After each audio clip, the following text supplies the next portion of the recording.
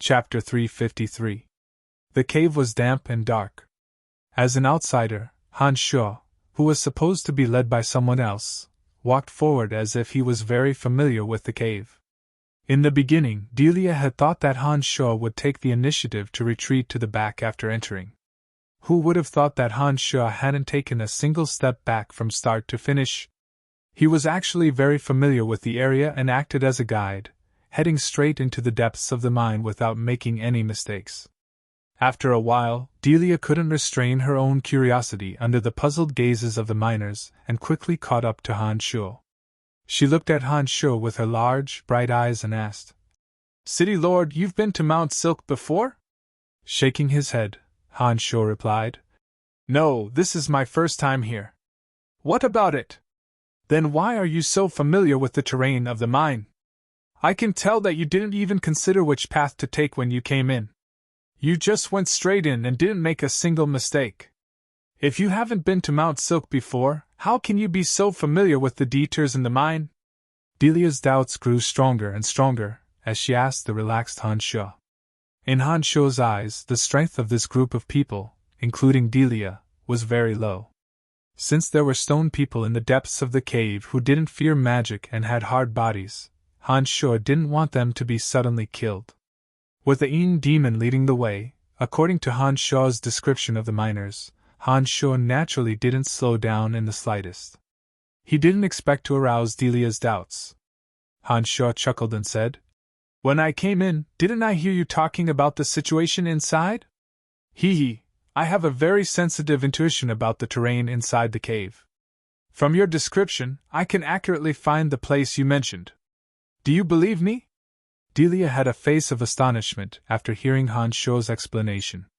She then asked doubtfully, "Really?" "Of course." Han Shuo smiled and said, "I've never been to Mount Silk before, and I certainly wouldn't have had the chance to explore this mine. If I didn't have a keen intuition for the cave's terrain, how could I be so familiar with it?" Delia thought about it carefully. With Han Shuo's status as the city lord of Bretzel City and his status as a count, he definitely wouldn't come to this mine for no reason. Now that she heard Han Shuo's explanation, she actually believed 80% of Han Shuo's words. When she looked at Han Shuo again, there was a bit more admiration in her eyes. She thought to herself, the city lord is indeed, as the rumors say, a truly amazing man. Seeing that Delia didn't ask any more questions, Han Shuo continued on his way. With Han Shuo's control over the Yin demons, he truly played the role of a guide, turning from guest to host as he led the way. The miners and Delia in the mines of Mount Silk had instead become his attendants. Han Shuo's remaining Yin demons slowly penetrated deep into the belly of Mount Silk. According to the miner's description of Delia, the Yin demon had arrived at a narrow and dry area. There were 3 cave entrances around this area that led deeper into the mountain. The rock overhead was very low, so if one wanted to pass through it, they would have to crawl. According to the miners, the last time they'd been mining here, they'd encountered some stone men. From the traces in the surroundings, there were indeed traces of mining here. However, the Yin demon was invisible and formless. Even if the stone men were hiding in the dark, they wouldn't be able to discover the Yin demon's existence. After finding the correct location, Han Shuo's speed increased a bit. Delia and the miners behind him were all astonished when they saw Han Shuo's extremely nimble body shuttling through the cave. Delia truly believed what Han Shuo had just said. She believed that he had an innate intuition for caves and could find the correct location in the intricate and complicated paths. "City Lord, be careful. The area in front of us is where the stone men have appeared before." Suddenly, a panting miner reminded Han Shuo, who was still flying ahead. Seeing Han Shuo slowly slow down after this reminder, Delia panted a few times to calm her chest. Only then did she say to Han Shuo, "My lord, be careful. Those stone men shouldn't be easy to deal with. It's better for us to advance slowly." Delia wasn't as carefree as she appeared, but she was quite attentive at critical moments. Han Shuo couldn't help but look at Delia in surprise. Delia only stopped when he looked at her. Her slightly swaying twin peaks attracted more of Han Shuo's attention. Han Shuo's heart fluttered, and he couldn't help but look at her chest a few more times. It was said that any woman could sense the gazes of the surrounding men on a certain part of her body. No matter how stealthily those men peeped, the woman being stared at would be able to sense if that man had ever secretly glanced at her chest. This saying did make some sense. Although they were in a dark cave, Delia was still able to sense Han Shuo's gaze. Han Shuo's gaze lingered on her towering chest for a while, making Delia a little shy. Her originally straight back instinctively bent a little, as if she wanted to hide the fullness of her chest through the curve of her waist. "All right, I think we're about to reach there. You guys come closer so that I can take care of you if there's any danger." Han Shuo slowed down his footsteps, looked ahead, and instructed the few people behind him. The miners quickly followed. However, Delia, who was supposed to be the first to lean towards Han Shuo, was instead the last. Fortunately, the light in the mine was dim, and the miners didn't have eyes as good as Han Shuo's. Because of the distance between them, they naturally couldn't see the bright red on Delia's pretty face.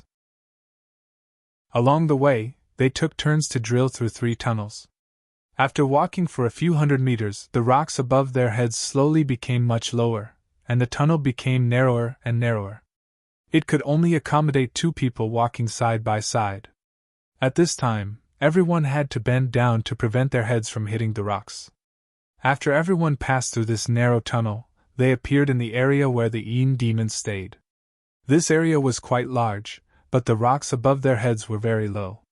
There were 3 caves around it, and the 3 caves were flat. If one wanted to pass through, they had to lie down. This was the place where the miners had encountered the stone men last time. The stone men had suddenly appeared and immediately attacked the miners, causing a lot of casualties among the miners. Han Shuo was more than 9 meters tall, but he couldn't walk normally even if he bent down. He had to squat down to look around. The miners who had been here before all looked extremely nervous and cautious. They were holding crude mining tools in their hands, as if they were ready to deal with the stone men at any time. Even Delia was a little nervous. She pulled out the dagger tied to her left leg and looked around vigilantly. Han Shuo and Delia were relatively close. Because they would have to face the stone men's attacks at any time, Delia's shyness had long been thrown out the window. It was because of Han Shuo's ferocious reputation that these miners and Delia felt that they had something to rely on. Otherwise, they wouldn't be nervous but fearful just by being in this area. Han Shuo, who was squatting down, looked around and asked the miners beside him, "How tall are the stone men? What do they look like?" "They are only 1.5 meters tall, but their bodies are very wide. They can move freely in this area and aren't restricted by the low walls," one of the miners replied. After hearing this, Han Shuo looked around at the 3 caves that were even lower. He discovered that the 3 caves that could only be entered by lying down were only 1 meter tall. According to the miner, the stone men that were 1.5 meters tall and had very wide bodies shouldn't be able to enter from these 3 caves. Apart from the 3 caves that were even lower, the only cave that Han Shuo's group came from was the cave that they came from. Since the stone men didn't come from the other 3 caves, could they have come from the cave that Han Shuo's group came from? Han Shuo's heart was filled with doubts. He didn't continue to squat down and look around. Instead, he squatted down in the middle. After thinking for a moment, Han Shuo suddenly let out a soft whistle. The whistle started out soft, but it gradually became louder and louder. In the end, it was as if a giant dragon was roaring. "All right, if the stone men are nearby, they will definitely come after hearing the news. We just need to wait," Han Shuo said to the miners who looked nervous. On Han Shuo's left, Delia was still looking around with her waist bent over. When she bent over, the curves of her perfectly round buttocks were outlined in an extremely enchanting manner. Delia was only wearing a short leather skirt, but her perfectly round buttocks and bare legs were very alluring.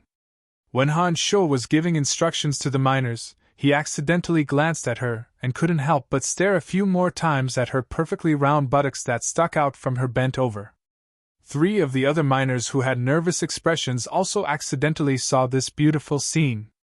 The 3 hot-blooded youths secretly swallowed their saliva and bent their waists even more. It was unknown if they were trying to lower a certain part of their body. Delia, who had been looking around, suddenly turned her head. Her bright eyes stared at Han Sho, who was still staring at her buttocks. Caught off guard, Han Sho coughed awkwardly and consciously turned his head away. Delia glared at the embarrassed Han Sho with a red face. She snorted at Han Sho, who had turned his head away. Then she fiercely glared at the other miners and said, "What are you guys looking at? I've only left Mount Silk for a few days, and you want to die." After saying this, Delia cursed in an extremely low voice. There really isn't a single good man. It was unknown if the last sentence was purposely said for Han Sho to hear. In any case, Han Sho had indeed heard it. He thought to himself, women are meant for men to look at. But how did you know that we were peeking at you? You bent over and outlined the beautiful curves of your buttocks. Could it be that you did it on purpose? Just as Han Sho was thinking this, a few faintly discernible auras slowly drifted in from the 3 narrow caves. Han Sho looked around but didn't find any traces of them. However, as a necromancer and a practitioner of magic, Han Sho immediately felt the auras that had suddenly surged in. They should be existences similar to some kind of soul wraiths. Han Sho quietly released a soul exploration spell. 8 dusky balls of air were slowly spinning in a corner that the miners couldn't see. The 8 dusky balls of air gradually separated and entrenched themselves on top of the large rocks. A strange power overflowed from their auras. The originally hard rock seemed to soften after being soaked in that aura. Like a sculpture that had been cut, 8 stone men, just like what the miners had described earlier, split from the intact rocks. Han Sho, who was well versed in magical arts and necromancy magic, was able to clearly see the process of the 8 auras entrenching themselves on the rocks and then using the rocks to shape them. After the 8 stone men slowly walked out from the corner, Han Sho finally understood why a group of stone men had suddenly appeared in this area last time. So this was what was going on. It looked like they had only come out of the 3 narrow caves as souls, and then used the rocks in this area to reconstruct their stone bodies. You 8, you've recovered. Are you ready to attack? Crouching here, Han Sho took out the skeletal staff and casually summoned a few dozen skeletal warriors and zombie warriors, surrounding Delia and the miners. He looked at the 8 stone men in the dark corner as he spoke. The rock walls in this area were too low, making it difficult for high-level hate warriors and evil knights to display their might. Only the shorter skeletal warriors and zombie warriors would be able to move freely in this area. Delia was startled at first when she was suddenly surrounded by a group of skeletal warriors and zombie warriors. Those undead creatures naturally didn't look that good, and when she was suddenly surrounded by a large group of dark creatures filled with a gloomy aura of death, she naturally panicked. But when she heard Han Sho's words and saw that the undead creatures were only surrounding her in the center without any intention of attacking, she finally realized that Han Sho had summoned them to protect them. She immediately relaxed. City Lord, have those stone men appeared? Having calmed down, Delia reacted to Han Sho's words and gripped the dagger in her hand as she called out.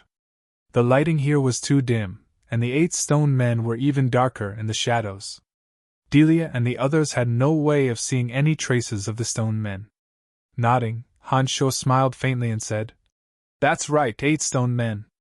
While Han Sho and Delia were talking, the 8 stone men scattered in the corners suddenly started attacking Han Sho, abruptly walking out from the 8 corners. Their bodies were all formed from the ready-made iron ore here.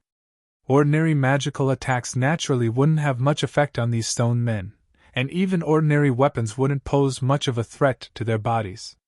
No wonder so many miners had died here last time. However, to Han Sho, his own body was probably even sturdier than iron and stone. He didn't even need to take out the demon's lair edge to deal with these 8 stone golems. He squatted down and started fighting with the stone golems.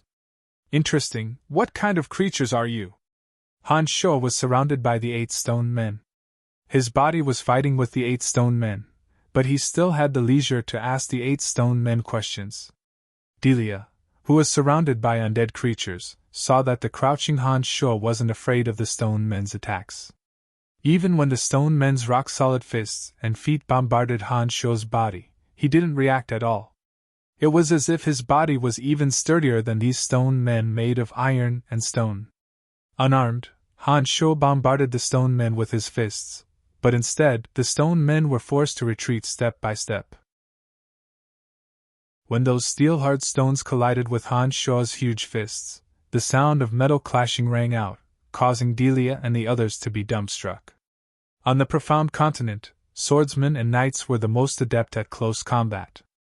However, even swordsmen and knights used fighting aura to increase their physical defenses. They had never heard of a person who could contend against iron and stone without using any fighting aura. In fact, Han Shuo really didn't use demonic yuan to defend himself. He was indeed only using the sturdiness of his body to withstand the stone men's attacks. Having reached the separate demonic realm, Han Shuo's body was as sturdy as iron and stone. Even if he didn't use demonic yuan to defend himself, he could completely withstand the damage from ordinary blades and swords. After fighting for a while, Han Shuo discovered that the 8 stone men didn't show any signs of communicating. He gradually grew impatient and began to gather some fighting aura in his hands. In this way, the stone men's bodies also began to be unable to withstand Han Shuo's punches. Grabbing the neck of a stone man, Han Shuo disregarded the stone man's hammering on his chest and forcefully twisted it. The stone man's iron head was directly pulled off. The crouching Han Shuo's speed suddenly increased. His punches were imbued with demonic yuan. The stone men, as hard as iron and stone, couldn't bear the heavy burden and one by one shattered into stone fragments. In just the blink of an eye, the 8 stone men had become stone fragments on the ground. In the eyes of Delia and the others, there was no longer a complete stone. "City Lord, you're so strong!" A miner couldn't help but murmur, his face full of worship. Delia's beautiful eyes sparkled as she stared fixedly at Han Shuo. Han Shuo's actions of crushing the 8 stone golems into dust with his fists with the force of a thunderbolt was simply captivating to the extreme in the eyes of this wild woman who believed in tough men. Her heart couldn't help but become excited. "Want to run? Heh, it won't be that easy." After the 8 stone men's bodies were destroyed by Han Shuo, the 8 gray auras that drifted out from the 3 caves seemed to know that Han Shuo wasn't someone they could deal with, and were preparing to return the way they came. Whether it was his identity as a demonic practitioner or a necromancer, Han Shuo had ways to deal with these strange soul auras. Han Shuo stretched out his left hand and a miniature vortex filled with killing intent formed in his palm. This vortex didn't have any effect on the physical body, but it made the 8 auras feel an irresistible suction force. Not only were the 8 souls unable to take a step away from Han Shuo, but under the suction force of the vortex in Han Shuo's palm, one by one, they slowly fell into the vortex in Han Shuo's palm. When the 8 souls fell into Han Shuo's palm, they were tightly sucked in by the vortex, not a single one able to leave. "Speak, what the hell are you?" This time, Han Shuo didn't speak. Instead, he used his consciousness to transmit the message. The originally gray aura of the 8 souls slowly dissipated under the high rotation of the vortex, turning into 8 little dots that sparkled with green light. Within the vortex in Han Shuo's palm, the 8 little dots that sparkled with green light were like 8 bright and beautiful stars. The vortex in Han Shuo's palm was like the deep Milky Way. The originally somewhat gloomy scene was filled with an intoxicating beauty in Delia's eyes. It was as if the deep starry sky was in Han Shuo's palm, and the faint green starlight was so resplendent and gorgeous. At this moment, if someone asked her if there was a man who could pluck the stars in the sky for her, she wouldn't hesitate to answer that the man was right in front of her, and that he already had the entire starry sky in his hands. After Han Shuo's consciousness transmitted the message, Han Shuo sensed a weak response. These 8 souls were too weak compared to Han Shuo's powerful consciousness, so the message they transmitted was also very weak. "Please let us go. We are miners who died after the mine collapsed. Our souls didn't dissipate, but drifted to a strange place, and absorbed a strange power to become like this." As Han Shuo listened with rapt attention, he gradually understood the message. He stared blankly for a moment and asked, What's so special about it? We don't know either. In any case, there's a strange power everywhere. We don't know why. After we absorbed some of that power, our souls gradually became stronger. We can also use that power to manipulate stones, giving ourselves a stone body. We don't want the place that can make us strong to be destroyed, so we attack the miners who were about to mine there. Please let us go, we won't dare to do it again. In the palm of Han Shuo, the 8 souls seemed to have united, and the message transmitted gradually became clear. After listening for a while, Han Shuo frowned in doubt at first, then his mind flashed, and he suddenly became ecstatic. Haha, I know, so that's how it is. This ecstatic shout was not transmitted through consciousness, but a real high-pitched cheer. Delia and the others, who were surrounded by the undead, were startled by Han Shuo's sudden shout. They looked at Han Shuo somewhat inexplicably, not knowing why Han Shuo was suddenly so happy. City Lord, what's wrong? At this time, Delia looked at Han Shuo again. She didn't know why she always felt that Han Shuo was full of bewitching attraction, so she asked tenderly. It's nothing. Han Shuo took out the skeletal staff and sent the undead that surrounded Delia and the others back to the other plane. After thinking for a moment, he said, You don't have to mine this area anymore, otherwise you will encounter danger. In the future, you only need to come once a month to get the ore. And the stone men won't attack you again, so don't worry. Alright, you should leave first, I'll take care of the matters here. After hearing Han Shuo's words, Delia and the others were full of doubts. They only saw Han Shuo easily destroy the stone men, but they didn't know why Han Shuo would say such a thing.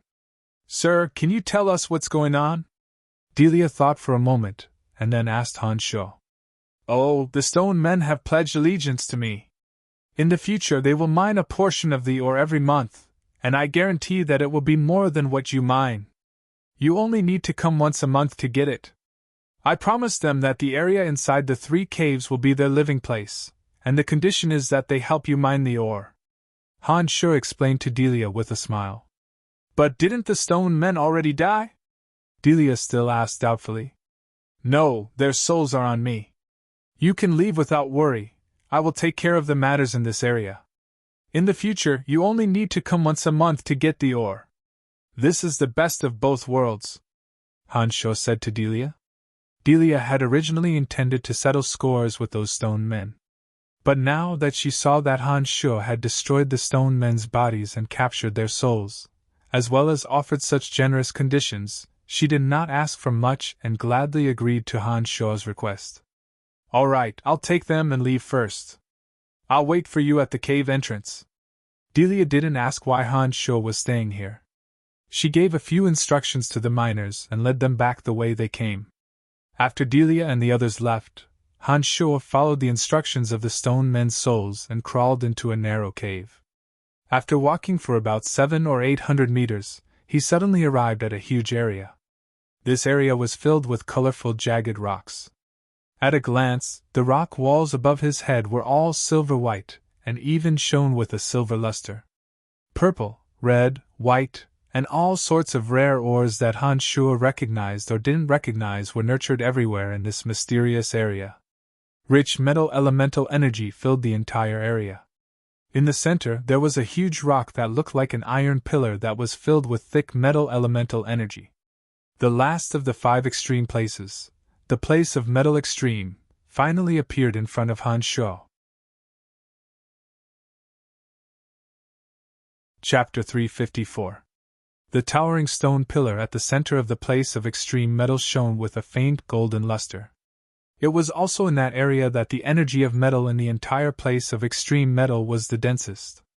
Among the 5 places of extreme metal, the place of extreme metal was the most difficult to form. This was because no matter where it was, humans were always tireless in their passion for mining ores. Generally, the surrounding mountains and rivers of the place of extreme metal would be rich in ores. As long as one of the ores was discovered, humans would swarm over like flies, digging to the root of the problem and claiming all the ores as their own. A place of extreme metal could only gradually take shape after hundreds of thousands of years. This process of formation was usually due to the ores being mined and destroyed, making it very difficult for it to form naturally again. The 5 places of extreme metal were all formed by the power of nature due to the uniqueness of the terrain. Even Chu Kanglin, who had cultivated his demonic arts to the 9 changes realm, was unable to use human power to change or repair the 5 places of extreme metal that had been destroyed. The 5 extreme grounds were all formed by nature over millions of years of sedimentation. It was simply not something that could be changed by human power. From the looks of it, this place of extreme metal should have existed for as long as the place of extreme fire for who knows how many years. That towering, golden stone pillar in the center should be the metal attribute treasure that was born from this place of extreme metal. In the world that Han Sho came from, there was a legend of the indestructible Great Sage equaling heaven. The Great Sage equaling heaven, Sun Wukong, was a stone monkey. He obtained the golden cudgel, the sea-stabilizing needle from the Dragon Palace. It was said that it was a metal attribute treasure nurtured by a place of extreme metal that had existed for millions of years. The Great Sage equaling heaven, who had cultivated from a stone monkey, was a unique existence of the metal attribute. This was why he was able to skillfully utilize the power of the metal attribute treasure in his hands, becoming a powerful and everlasting existence in the world that Han Sho came from. In the center of this place of extreme metal, there was a towering stone pillar sparkling with faint golden light. It should be the other metal attribute treasure that had been nurtured in this place of extreme metal. As for whether or not this metal attribute treasure had the same miraculous power as the golden cudgel, Han Sho wasn't sure. None of you are allowed to trespass into those 3 narrow caves. Otherwise, I won't take responsibility if you die at the hands of the stone men. After hearing Han Sho's words, Ardman hastily guaranteed, "Rest assured, my lord. I will definitely discipline them well and won't let them enter those areas. Rest assured, my lord. I don't think they will dare to go in. After all, only my lord can deal with those stone men. How can ordinary miners be a match for those stone men?" Delia's bright eyes focused on Han Sho as she said to Han Sho with a light smile. After hearing Delia's words, Han Sho also thought that it was true. The stone men's bodies were sturdy and didn't fear magic. In those narrow spaces, even a senior swordsman would die if he faced the stone men. Although the mountain people of Mount Silk had strong bodies, their strength was far inferior to the stone men. Naturally, they wouldn't be stupid enough to throw away their lives. "Alright, you guys go there once a month and collect the ores inside. The stone men have already agreed to my request. They are more proficient in mining ore. As long as you don't disturb their lives, they will continue to help you mine ore," Han Sho replied. "Many thanks, my lord. Many thanks." Ardman was extremely grateful to Han Sho and bowed to Han Sho. "Elder, don't be so polite. As the city lord of Bretel City, this is what I should do." Han Sho went over to help Ardman up and said sincerely. Since the crisis of the stone men on Mount Silk had been resolved, Han Sho didn't continue to stay on Mount Silk. The group that had come to Mount Silk this time had originally been Adelman and some of his subordinates. Now that they'd arrived at Mount Silk, they didn't continue back to Bretel City. Only Han Sho and Delia were left on the road. The anxious Han Sho planned to shake Delia off and directly return to Bretel City. However, after thinking for a bit, he felt that it would be impolite to do so. Thus, he slowly walked with her on the rugged mountain road, heading down the mountain. After being caught peeping in the mine, Han Sho felt guilty when he was alone with Delia and didn't take the initiative to talk to her. However, Delia's gaze towards Han Sho had a different meaning after she'd exited the mine. Delia, who'd been dressed in a sexy and wild outfit, not only didn't seem restrained at all, she'd even purposefully puffed out her chest. Although Han Sho wasn't a gentleman, he had been caught alive by Delia the last time he'd peeped on her. This time, the two of them were a bit more well-behaved as they descended the mountain together. In addition, because he was concerned about the metal elite zombie, Han Sho wasn't as lustful as usual. He didn't stare at Delia's chest along the way. However, the well-behaved Han Sho was inwardly cursed for being a hypocrite by Delia. As the number 1 beauty of the mountain people, Delia's strength was superb among the mountain people for so many years. Her eyes were at the top of her head, but she never found a young man she liked among the mountain people. She'd only teased the young men who admired her. Delia, who was 1.7 meters tall, was extremely tall. For ordinary mountain men, height alone was enough for her to be proud of. However, when faced with Han Sha, who was more than 1.9 meters tall, Delia couldn't feel the slightest bit of arrogance. This time, Han Shu's thunderous method of blasting the stone man's body into stone fragments had awed her heart that admired the strong. No matter how she looked at it, Han Shu was a target that she was satisfied with. Suddenly, Delia blocked in front of Han Shu. Her bright eyes stared fixedly at Han Shu as she puffed out her soft breasts. Han Shu, who was walking, was caught off guard and his chest almost directly bumped into Delia's towering breasts. He abruptly stopped and took a step back. Looking at Delia with a puzzled expression, Han Shu asked, "What's wrong?" "Your lordship, you're a real man. I like you." Contrary to Han Shu's expectations, Delia stared at Han Shu with a burning gaze, boldly confessing her true feelings to Han Shu. Mountain women were originally very forthright, and Delia was one of the best among them. Her wild and fiery nature allowed her to dare to love and hate. She possessed a boldness and straightforwardness that most women in the Lancelot Empire didn't have. Delia's sudden confession surprised Han Shu. Han Shu squinted his eyes as he sized up Delia from head to toe, as if he wanted to see her body clearly. As Han Shu's gaze roamed over her body, Delia instinctively felt a little shy, especially when Han Shu's gaze fell on her perky twin peaks, as well as some sensitive parts of her waist and abdomen.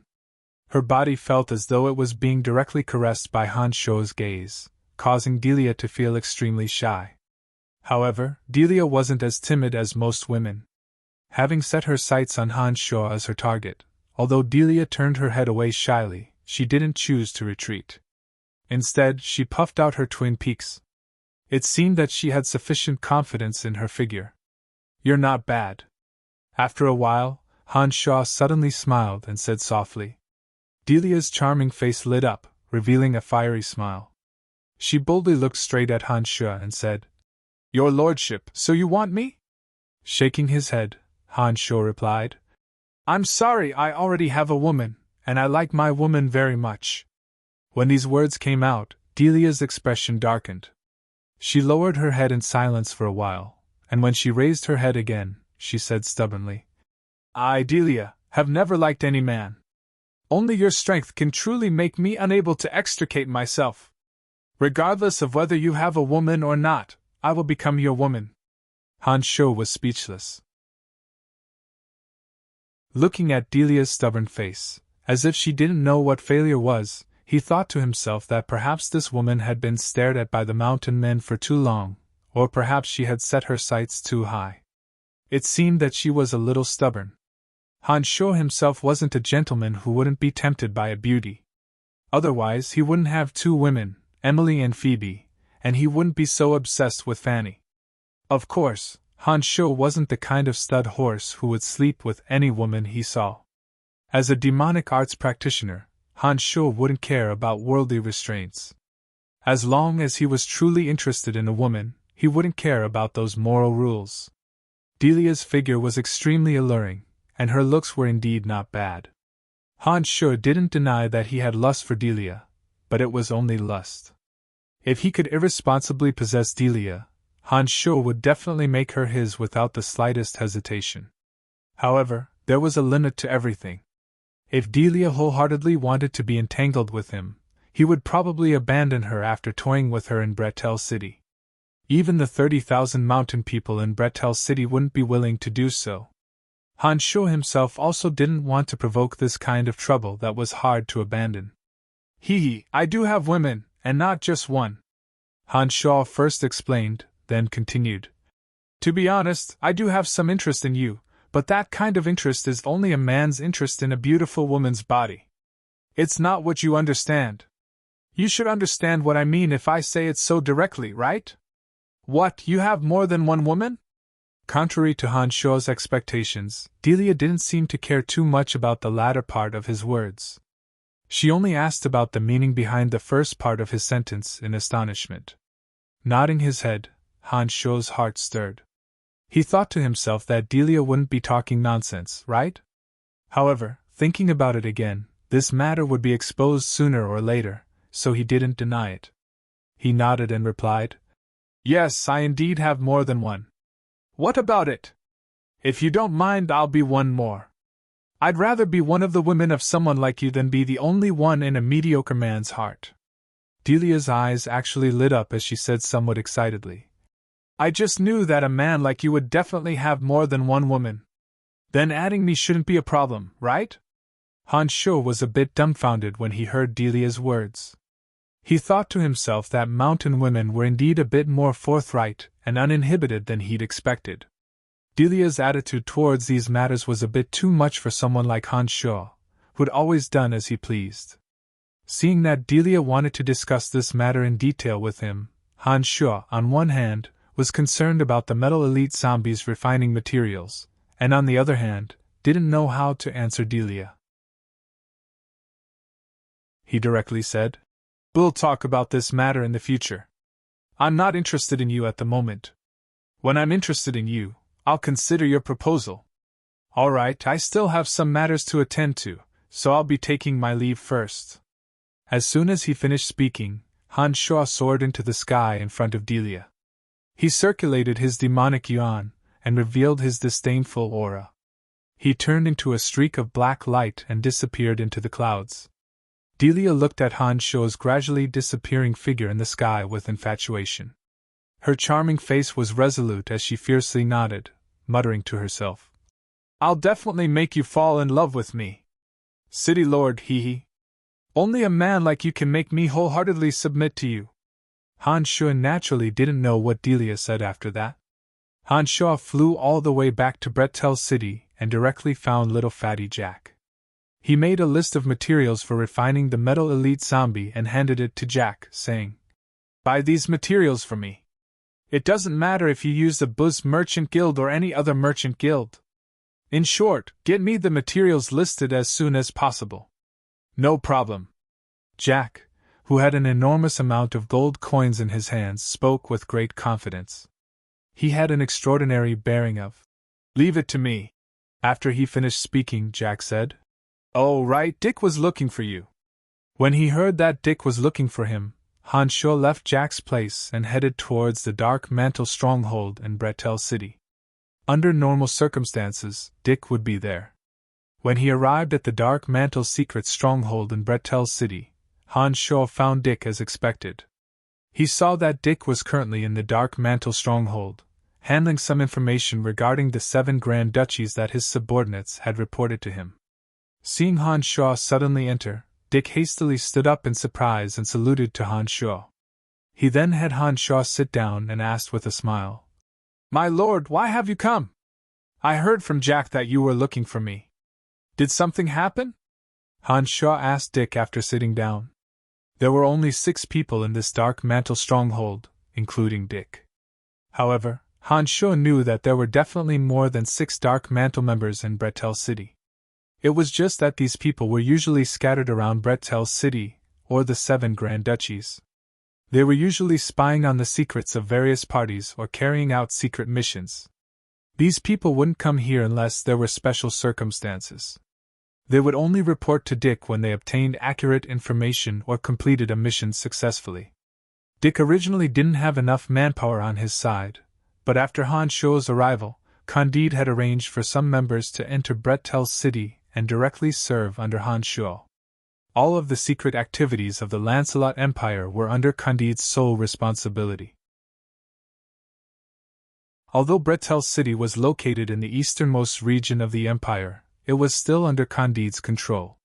As the most popular person at Candide's side and the current city lord of Bretel City, Han Shuo had the right to control all of the Dark Mantle's personnel changes in Bretel City. Dick was naturally under Han Shuo's jurisdiction. "My lord, I went to the city lord's mansion to report to you because I just received some news. It's just that you weren't at the city lord's mansion at that time. I didn't think that my lord would take the initiative to come over. This lowly one is truly overwhelmed by the favor." Dick also sat down with a smile before explaining to Han Sho. All right, cut the crap. What's going on? In private, Han Sho and Dick never put on the airs of a city lord and asked. Dick chuckled softly, then coughed lightly and said sternly, I reckon we're in big trouble this time. The 7 dukedoms have all stopped fighting. According to the information our people have sent over, the dukes of the 7 dukedoms have secretly met in a valley. Our people have no way of knowing the contents of the meeting, but thinking about it, it's obvious that they're trying to deal with us. When the 7 dukedoms weren't under the threat of Bretel City, they'd fought tirelessly against each other. However, Bretel City was currently displaying an overbearing, ferocious aura. For the 7 Grand Dukedoms, Bretel City had become an important threat. The 7 Grand Dukedoms were originally split from the Verdun Imperial dynasty. Due to the riots between the princes 100 years ago, the Verdun Imperial dynasty had been split into 7 dukedoms, gradually becoming the 7 Grand Dukedoms of today. When there were no foreign enemies, they were happy to invade other dukedoms to obtain more benefits.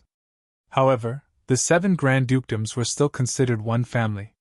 Once a common enemy appeared, the 7 Grand Dukedoms would once again tightly band together.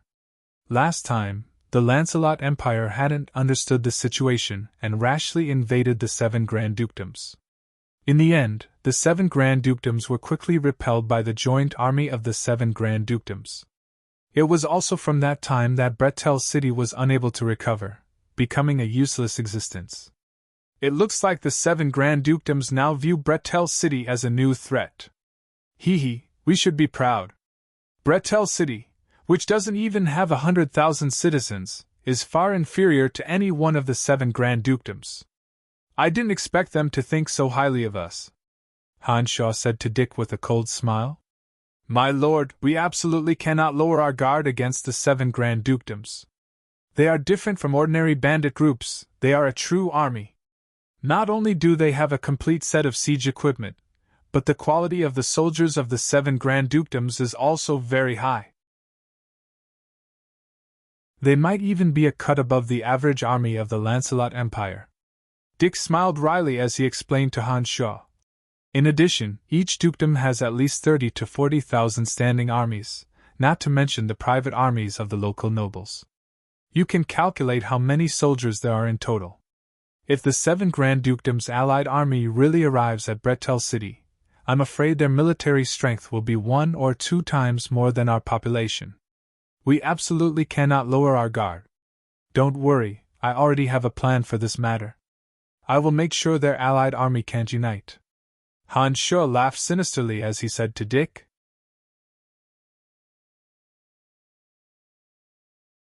Chapter 355. Sycamore Valley was located in the center of the 7 Grand Duchies. The 7 Grand Duchies would secretly meet here. Although the 7 Grand Duchies had the intention of joining forces to deal with Bretel City, none of the dukes dared to visit the other duchies due to their mutual suspicions. Therefore, the 7 Grand Dukes gathered their armies at Sycamore Valley. The majority of the troops were temporarily stationed in the plains outside the valley. The 7 Grand Dukes gathered in the valley with their elite experts. Tanai Mount Sycamore was covered in flowers and ancient trees. Under the warm sunlight, a simple tent was set up in the middle of the valley, next to a small stream. Within the spacious tent, the 7 Grand Dukes were secretly discussing something with their experts. The tent was densely guarded by knights. The tent was covered in layers of magical boundaries. With the 7 Grand Dukes gathered in the tent, any mishap would be a fatal blow to the 7 Grand Duchies. The 7 Grand Dukes were debating endlessly inside the tent. The main points of their argument were about the command of the Allied forces and their battle strategy, including the distribution of the spoils of war. The 7 Grand Dukes had been locked in a fierce battle before this. Even though they had gathered here for the sake of Bretel City, the anger on the battlefield had yet to subside. Naturally, the dukes who were originally enemies didn't have any good expressions on their faces. Helentina of Helen Duchy had been in an extremely irritable mood recently. She was no longer as glamorous as before, and had obviously become more haggard. The news that she'd been raped by Han Sho had inadvertently spread throughout the 7 Grand Duchies. This caused Helentina to become the target of ridicule overnight. Everyone looked at her with strange gazes, making her feel extremely uncomfortable. The Grand Duke of Narsen Duchy, Benedict Sackville, who used to be her staunch ally, had stopped communicating with her ever since he heard the news. Now that they had truly met in this place, Benedict Sackville only greeted her politely, and didn't have his previous attentiveness. Helentina understood where the problem lay. However, she had indeed been captured alive by Hansche and brought to Bretel City. She'd even been locked up for several days. This fact made it impossible for her to explain herself. The haughty Helentina had been tormented by strange gazes during this period of time. Even some citizens of the Hellen Empire felt that the impure Helentina was no longer suitable for the position of Grand Duchess. If it wasn't for Helentina's ruthless methods of killing several rebellious nobles in succession, it was likely that she wouldn't have been able to maintain her position in the Hellen Duchy. Now that they had arrived at the meeting point between the 7 duchies, Helentina had once again become the object of neglect. At this moment, Benedict Sackville was quarreling with Bavenden Duchy's Alec Ambridge. The topic of their quarrel was actually the distribution of the spoils of war. Alec Ambridge had his eyes set on the 6 magic crystal cannons worth 600,000 gold coins in Bretel City. He was determined to obtain them. These 6 magic crystal cannons had originally been purchased by Benedict Sackville from the distant Brute Merchant Alliance for Helentina through his own channels. Benedict Sackville had taken it for granted that these 6 magic crystal cannons should belong to him. He didn't back down in the slightest as he argued with Alec Ambridge. All of a sudden, Helentina, the person who'd paid 600,000 gold coins to purchase the 6 magic crystal cannons from the Brute Merchant Alliance, had been forgotten. Benedict Sackville, the modest gentleman who'd previously disregarded everything to pursue her, had now become the one who'd directly plundered her interests. Helentina coldly watched the dispute between the 6 Grand Dukes, feeling increasingly irritated in her heart. Unconsciously, Helentina actually thought of Hansche. She'd deeply experienced Hansche's ruthlessness. She didn't know why, but Helentina faintly felt that these 6 men who were endlessly arguing in front of her didn't seem like real men. On the contrary, the image of Bretel City's lord, whose eyes were filled with a fiendish and ruthless rage, had appeared in her mind from time to time. She always felt that the 6 Grand Dukes in front of her were no match for the ruthless city lord of Bretel City. Bretel City's population didn't even reach 100,000. Not to mention the other 6 duchies, even Hellen Duchy's military strength was more than enough to compete with Bretel City. Now that the allied forces of the 7 Grand Duchies were planning to march into Bretel City, Helentina actually had the laughable thought that the allied forces would fail. Even she herself felt that this was a bit absurd. "Duke Helen, what do you want from Bretel City?" Randy Allard, the Grand Duke of the Banten Duchy, leaned against Helentina and looked at the silent statue-like Helentina as he asked politely. Helentina was roused from her contemplation. She calmed her heart and thought for a while before saying softly, "I only want the life of the city lord of Bretel City. However, I don't know why, but I feel that it won't be so easy for us to win." "Ha ha, Grand Duke Helen, you must be too tired recently. With the allied forces of our 7 Grand Duchies, we easily routed the Lancelot Empire's army that had been soaring to the heavens. You want to stop our advance with just that shabby Bretel City? That's just too laughable. I think that Grand Duke Helen's courage must have been broken after being captured by that city lord, right?" Alec Ambridge suddenly butted in after hearing the conversation. He didn't hide his contempt for Helentina at all as he laughed and ridiculed her. At this moment, Benedict Sackville, who was supposed to speak up for Helentina, had just been arguing with Alec Ambridge until his face was flushed with anger. But now, he suddenly turned silent and slowly nodded his head, as if agreeing with the argument of someone who had just been an enemy. Helentina only felt a chill in her heart. She looked at the man in front of her who had once said that he would take care of her for the rest of his life. She suddenly had the urge to laugh. "I'm a bit tired. You guys continue your discussion." Helentina stood up wearily and said a few words to the 6 Grand Dukes. She then walked out alone. None of the 6 Grand Dukes tried to keep Valentina. After she left, Alec Ambridge said in a disdainful tone, "It looks like this woman has been conquered by the new City Lord's skills in bed. She can't even see the situation clearly. Heh, I really don't understand why such a fool would have let go of such a woman in the first place." "Who are you talking about?" Benedict Sackville flew into a rage. To Benedict Sackville, the matter of him crazily chasing after Valentina had already become the greatest humiliation of his life. If anyone offended him in this regard, he would relentlessly pursue the matter. Heh, it's nothing. Seeing Benedict Sackville fly into a rage, Alec Ambridge, who hadn't been able to suppress him regarding the ownership of the magic crystal cannons, suddenly felt a lot more carefree in his heart. On the plains outside the valley, Valentina returned with a gloomy face inside a tent where the Helen Duchy's army was stationed. Her heart gradually sank to the bottom of the valley. "Helen, why are you unhappy again?" The super-rank magical beast called Fire Phoenix had transformed into a beautiful woman dressed in red. She poured a cup of tea for Valentina in the tent and handed it to her. "Sister Firewind, is a woman's body really that important? Why is it that after I return from Bretel City, it seems like everyone is making life difficult for me?" Valentina sighed softly and asked Firewind, "Helen, why would you say that? That Brian didn't do anything to you. He only extorted 1,000,000 gold coins from you." Firewind looked at Valentina in astonishment and asked in puzzlement.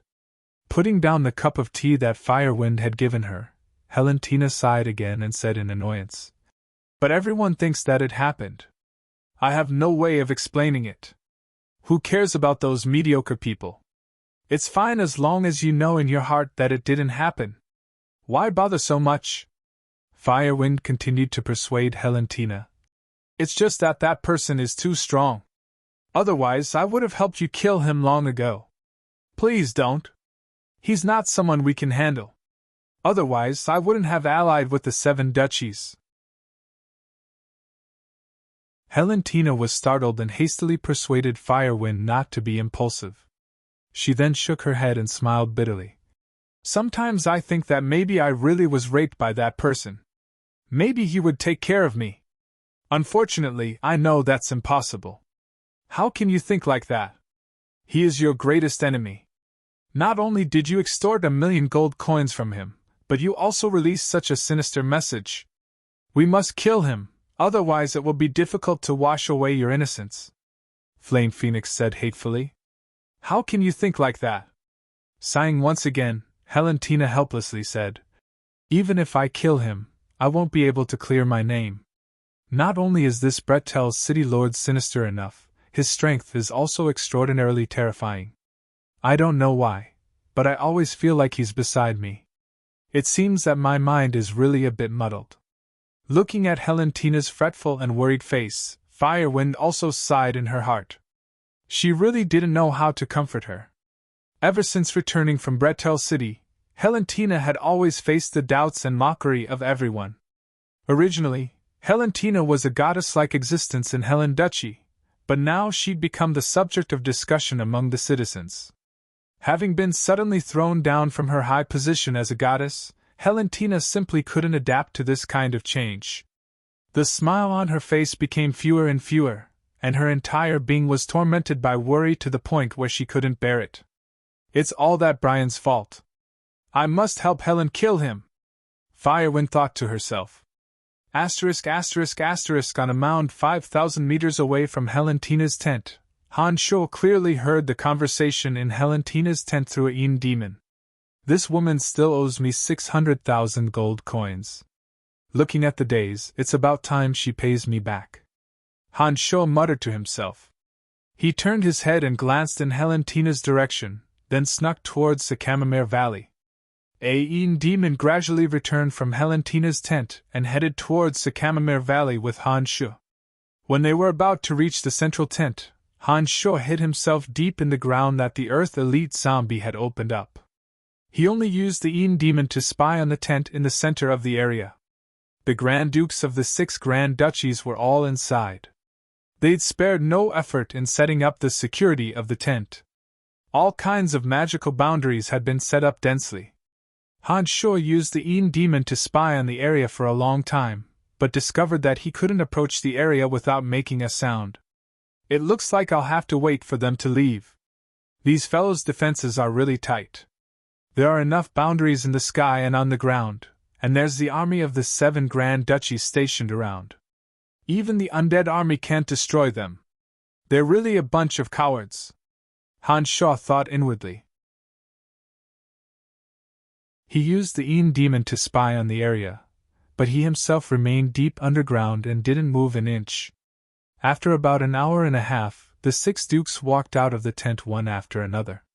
All of them had dissatisfied expressions on their faces. It looked like the discussion this time hadn't come to a conclusion. The operation to deal with Bretel City would be delayed for another day or 2. They would only be able to proceed after they'd arranged everything properly. The 6 dukes were all protected by experts. They'd brought the experts of their respective duchies here for fear of being ambushed. Every duke was protected by an expert with a powerful aura. In fact, these dukes would indeed take advantage of the opportunity to harm others. This kind of situation had happened from time to time when the 7 Grand Duchies had held some sort of conference in the past. It was precisely because of this that they'd been so careful.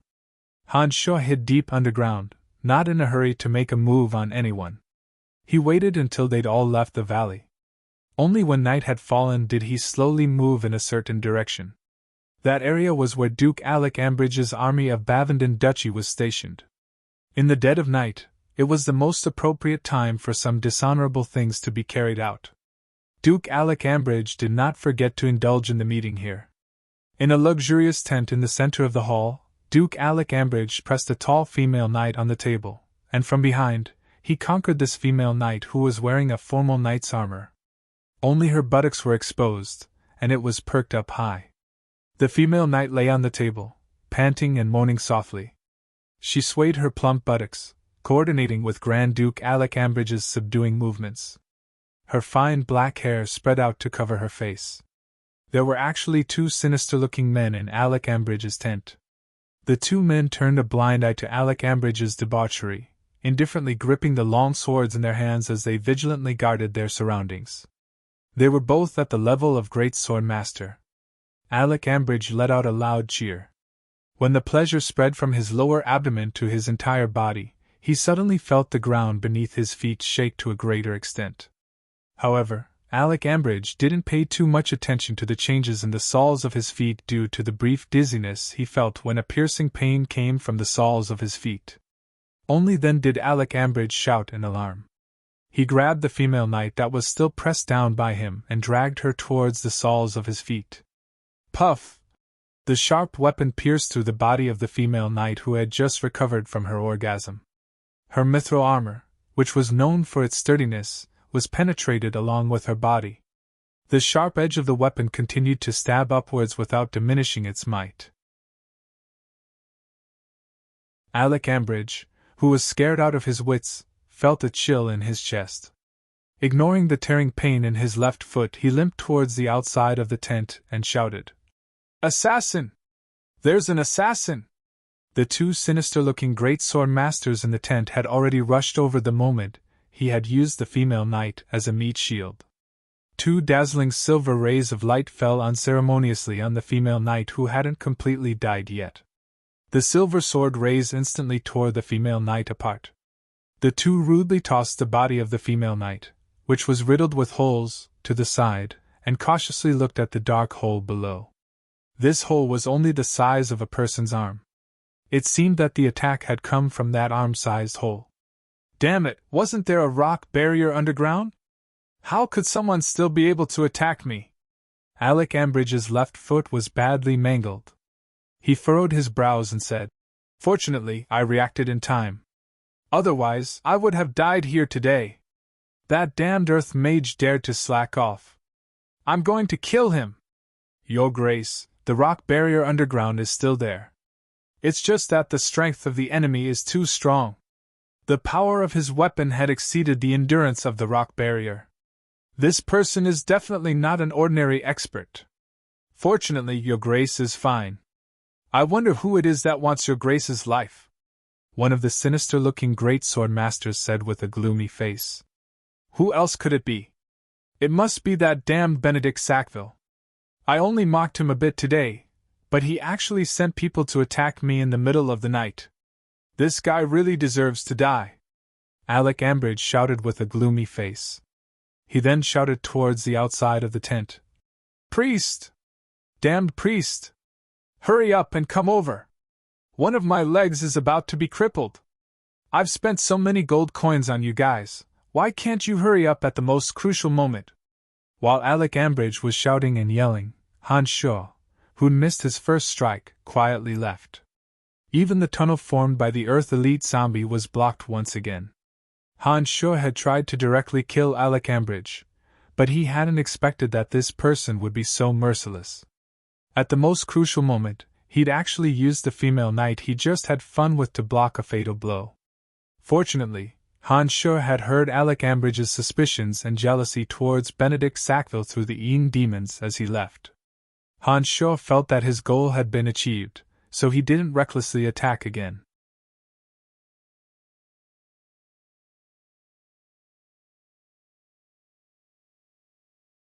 Due to Bert Zeely's insistence, the Duke, who was also interested in the mine, was naturally unwilling.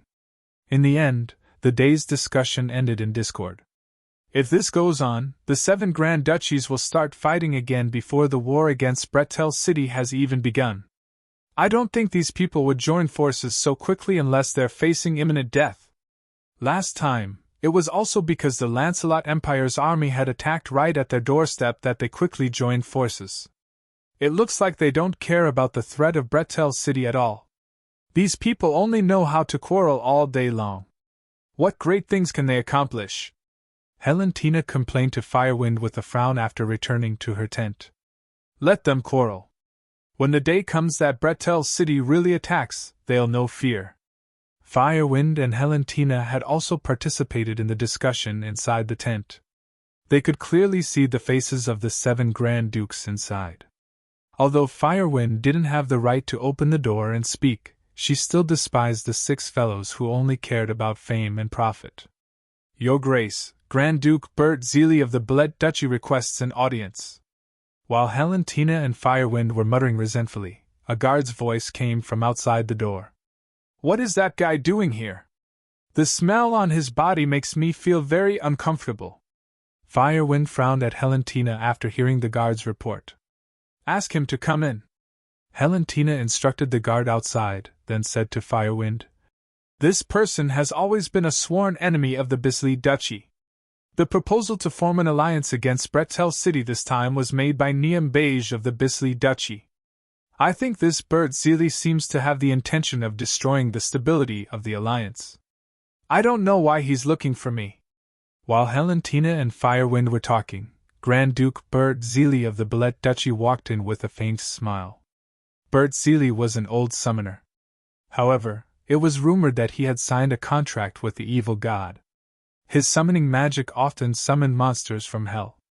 Bert Zeely's entire body gave off a faint, eerie feeling that made people tremble in fear. Even if he had a kind smile on his face, people would still feel that his smile was sinister and sinister. Firewind was a wholly super-rank magical beast. She hated the smell on Bert Zeely's body very much. After seeing Bert Zeely come in, Firewind instinctively distanced herself from him. Grand Duke Bert, what business do you have with me? Helentina and Bert Zeely's Bled Duchy didn't have any real conflicts due to the distance between them. However, Helentina had always disliked this sinister and evil Grand Duke. On top of that, she hadn't been in a good mood recently, so she naturally didn't have a good expression on her face. Heh, I've come this time to discuss matters regarding Bretel City with Grand Duke Helen. Grand Duke Helen has stayed in Bretel City for a period of time.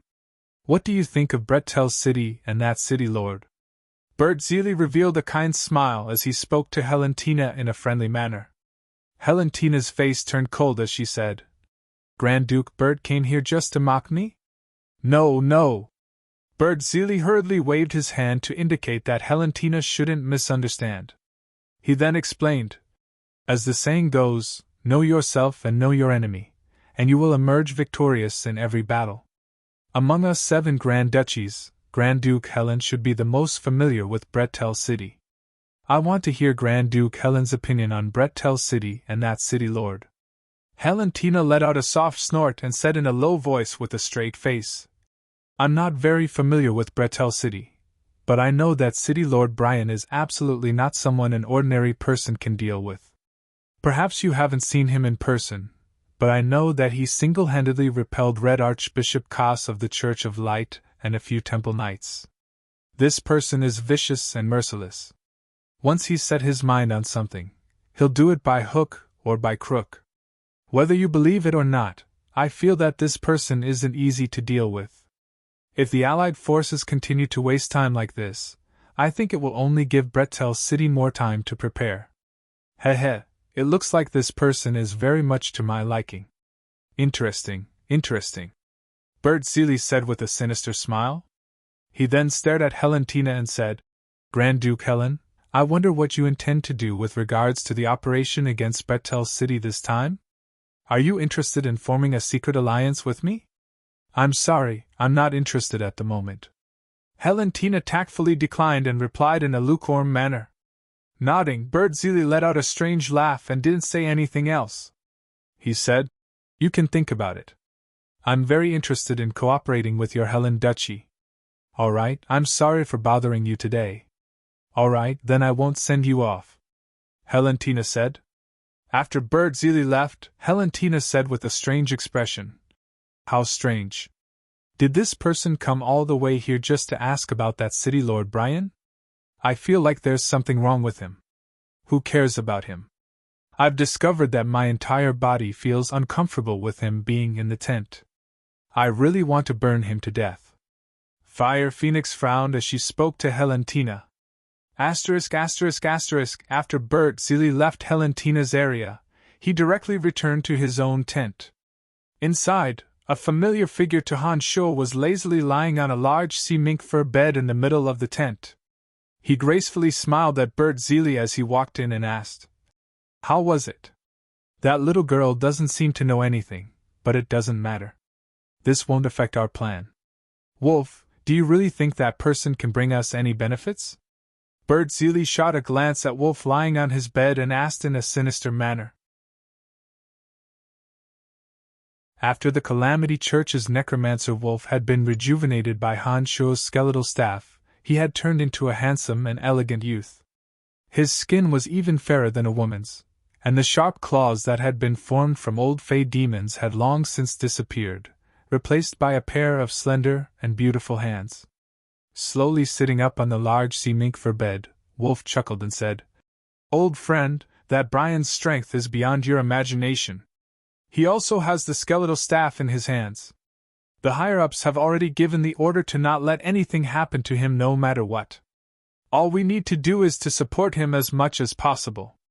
Bert Seeley furrowed his brows and said to Wolf, Could it be that the Pope values him so much just because he's the master of the skeletal staff? We might as well seize his skeletal staff and let you absorb all of his memories.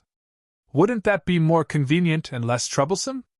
Shaking his head, the necromancer Grand Magus Wolf, who had lived for who knew how many years, smiled and explained. It's not that easy. Koss personally led 300 Templars but still couldn't take him down. Both times, they were seriously injured and forced to retreat. Do you think we can easily capture him? Besides, he's already an Archmage Necromancer. Oh no, I think his mental strength shouldn't be at the Archmage realm. The skeletal staff is related to the secrets of the Holy Land. What we need to do is to absorb him into the church at all costs. In addition, we can build a good relationship with him. I can guarantee that this will be very beneficial to us. All right then. All these years, your decisions have always been correct. I will act according to the plan. I just hope that he won't disappoint us, Bert Seeley replied. While Bert Seeley was conversing with Archmagus Necromancer Wolf inside the tent, Han Shuo, who had followed behind a Yin demon, could clearly sense the evil aura emanating from Wolf inside the tent. Bert Seeley's Bled Duchy and Niam Beige's Bisley Duchy, who believed in the god of light, had been fighting fiercely for so many years. They had never reconciled. Originally, Han Sho didn't know what was going on. Now that he sensed Wolf's aura inside the tent, he immediately understood. It seemed that Grand Duke Niam Beige of Bisley Duchy was a member of the Church of Light, while Grand Duke Bert Zili of Ballet Duchy was a member of the Calamity Church. The two most powerful churches on the continent had been fighting openly and covertly for so many years. It seemed that it wasn't just a small-scale battle. So it turned out that they were secretly controlling the war between duchies. Wolf had previously obtained his youthful appearance from the power of the skeletal staff. From their previous conversation, Han Sho understood that Wolf seemed to care a lot about him. He was actually willing to protect Han Sho at all costs. This made Han Sho understand that it must be because of the skeletal staff. Inside the tent, there were two sinister high-ranking members of the Calamity Church. Han Sho didn't know what kind of sinister scheme they were plotting. He was unable to get close enough to listen to the contents of their conversation.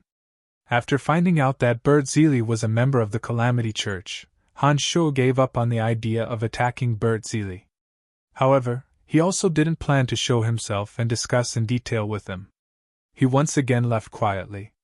After leaving the tent, Han Sho set his sights on Grand Duke Algi Kirance of Edmund Duchy. Like the other places, the area where Algi Kirance was at was also abnormally heavily guarded. Han Sho weighed his surroundings and discovered that the sky and earth were all sealed by magic. He knew that the chances of killing him in one blow were slim. Damn it, the 7 dukes are really more afraid of death than the other. It seems that they really don't trust each other at all. They even brought so many experts for a lousy meeting. Han Sho cursed in a low voice. However, since he had come, he couldn't possibly return empty-handed. Han Sho pondered for a moment. Aeon Demon patrolled the surroundings. Suddenly, Han Sho discovered that other than Algi Kiran's own tent that was incomparably heavily guarded, the tents of the other high-ranking generals didn't have any experts guarding them. Hardening his heart, Han Sho didn't make a move against Algi Kirance. Instead, he set his sights on Algi Kirance's subordinates. These people's tents were usually only guarded by a few guards. Naturally, they weren't as well guarded as Algi Kirance's. Using the Earth Elite Zombie's underground abilities, Han Sho stealthily snuck into the tents of those people. Han Sho, who was in a separate demon realm, concealed his presence and soundlessly killed 6 of Algi Kirance's high-ranking generals. After leaving Algi Kirance's tent, Han Sho made another trip to Grand Duke Randy Alad's territory. Following the same method he used on Algi, he assassinated another 4 high-ranking generals before leaving quietly.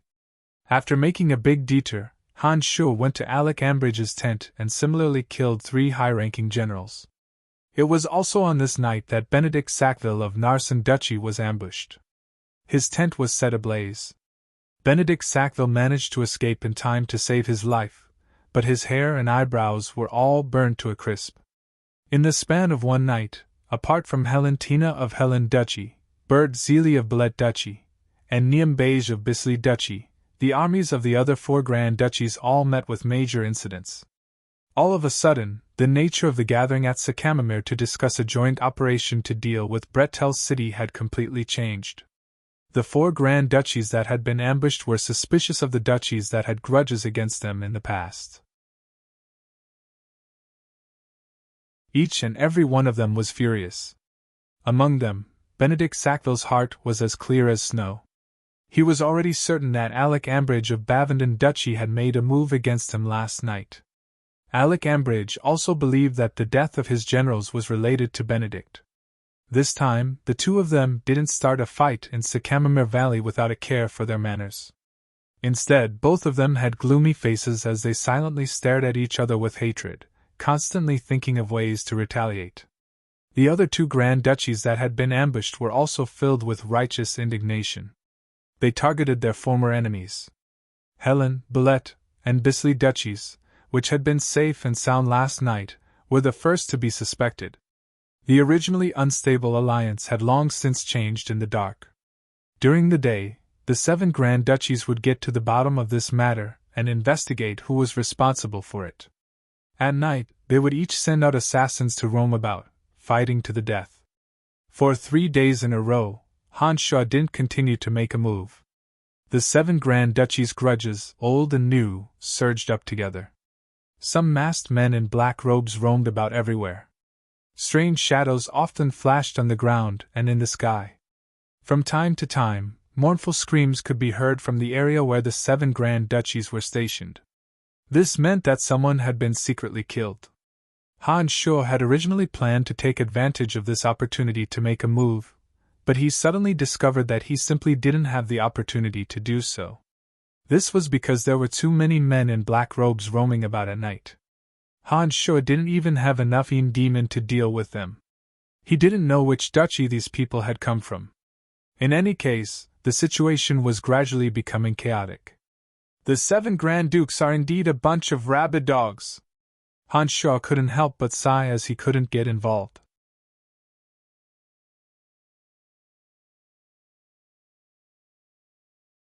Chapter 357. Chaos. The situation was completely chaotic. The 7 Grand Dukes had originally gathered in Sycamore Valley in order to deal with Bretel City. For some reason, old and new enmity had erupted at the same time, causing them to fight amongst themselves. In the beginning, they only acted stealthily at night, assassinating hostile countries. But later on, the 7 Grand Dukes had lost their minds due to anger and started to mobilize the troops in their hands. What should have been a joint meeting had instead turned into a battlefield. What the hell is going on here?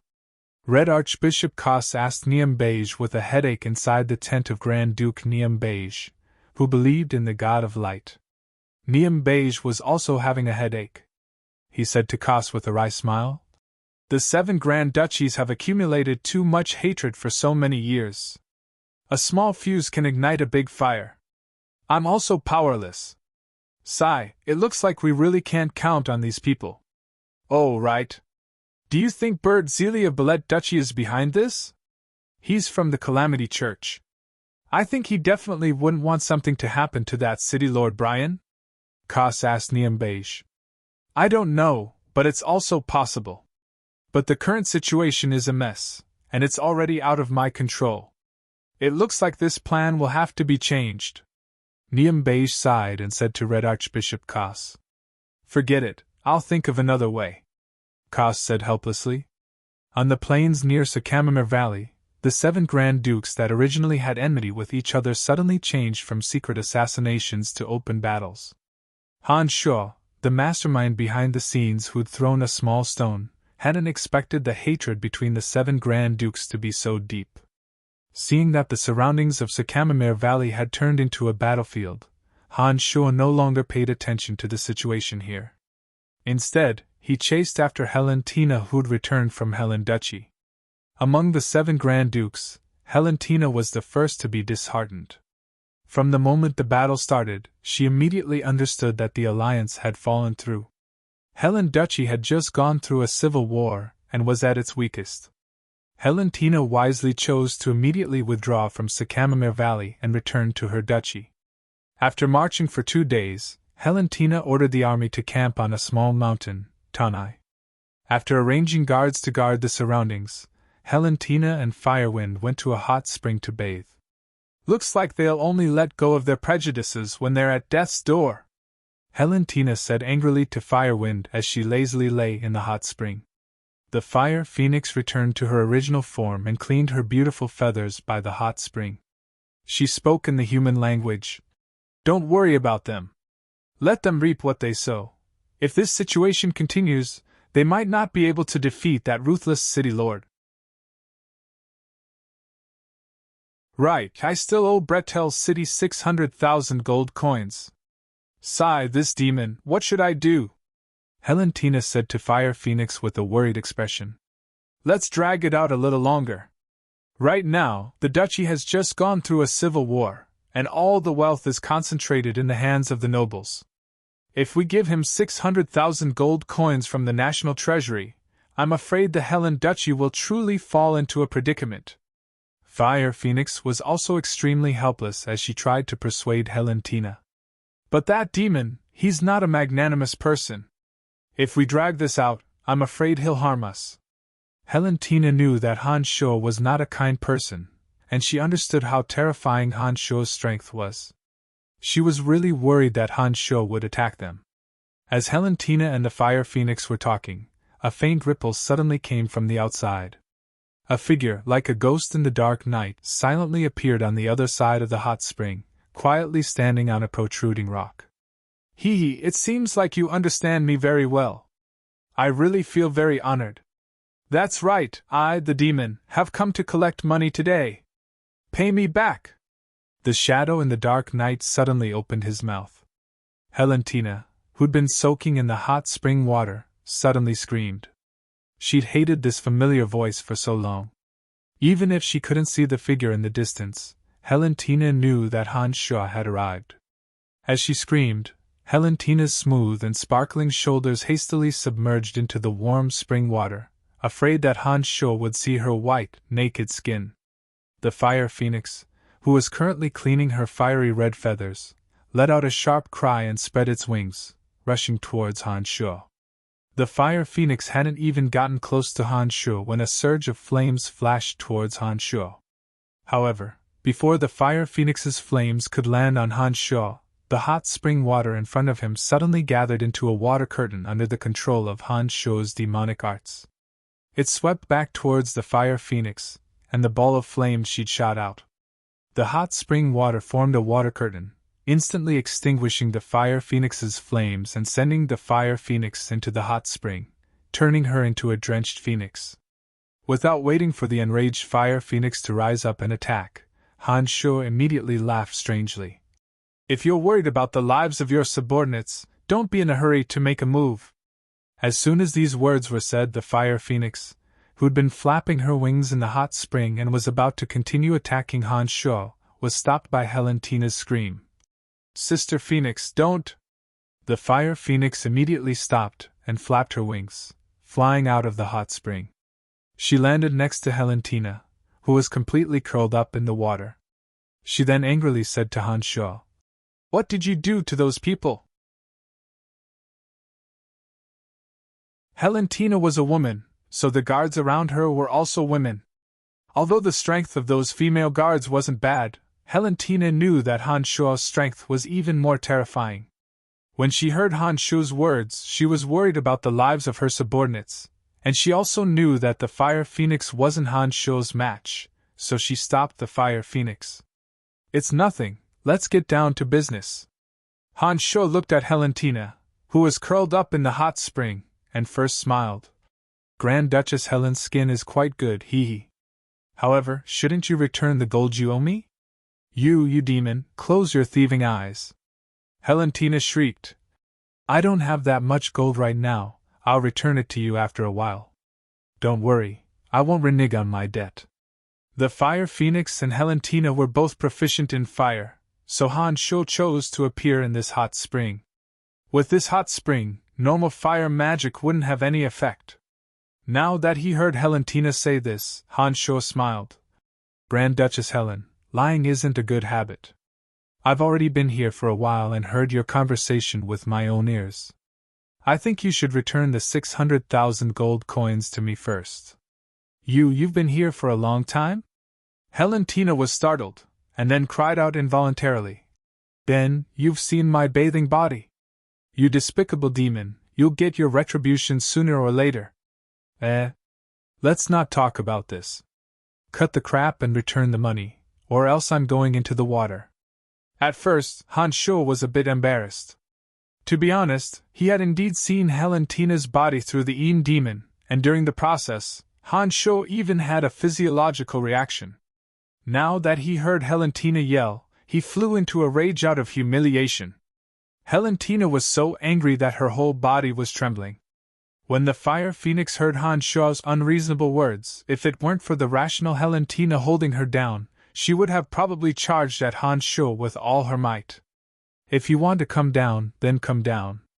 Since you've released such a malicious news, no one will want me anyway. Just kill me while you can, and I won't return the gold coins to you now." Helentina was about to go crazy from Han Shuo's torment.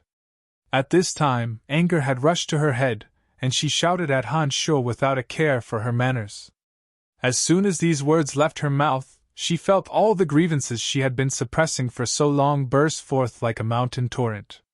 She actually stood up straight in the hot spring and revealed her perfect body in front of Han Shuo. She continued to shout at Han Shuo, "Look, if you want to look, then look. You might as well just kill me. Haven't you tortured me enough? Just how many more malicious tricks do you have?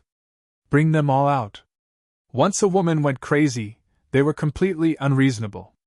The current Helentina was a true portrayal of this.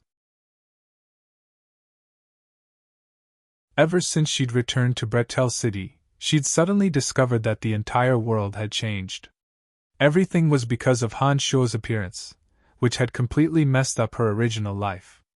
The gazes of admiration that had originally been directed at her had all turned into contempt and disdain. Even the originally loyal and devoted citizens now treated her as an unclean person, believing that a woman who'd been raped wasn't worthy of being the Grand Duke of their Helen Duchy. Helentina, who'd always been proud and arrogant, had endured too many grievances and helplessness during this period of time. Now, the culprit who'd caused all of this was right in front of her, still overbearing and unrelenting in wanting to put her to death. Helentina couldn't beat him in a fight, nor could she escape. She simply had no way of dealing with Han Shuo, and she also had to worry that Han Shuo would make a move to take her and the Fire Phoenix's lives. Finally, her rationality collapsed. Faced with this lineup, Han Shuo himself was a bit stunned.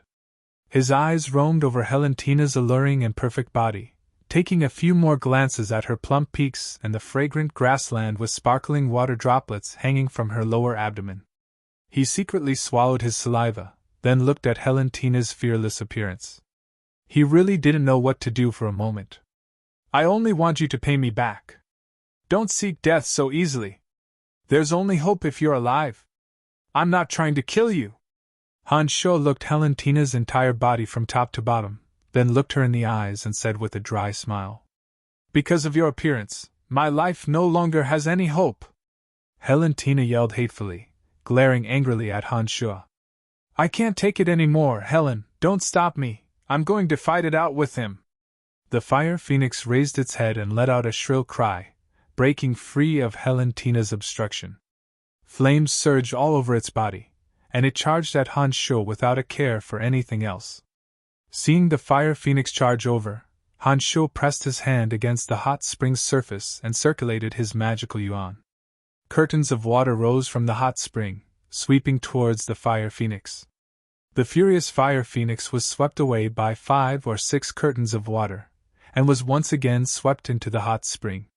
Han Shuo chuckled oddly and charged towards the Fire Phoenix, saying proudly, "Luckily I chose this place, or else things would have been a bit difficult. No, I beg you, don't kill Sister Firewind. Demon, I'll give you the gold coins." Helentina cried out as she saw Han Shuo step through the air towards the Fire Phoenix.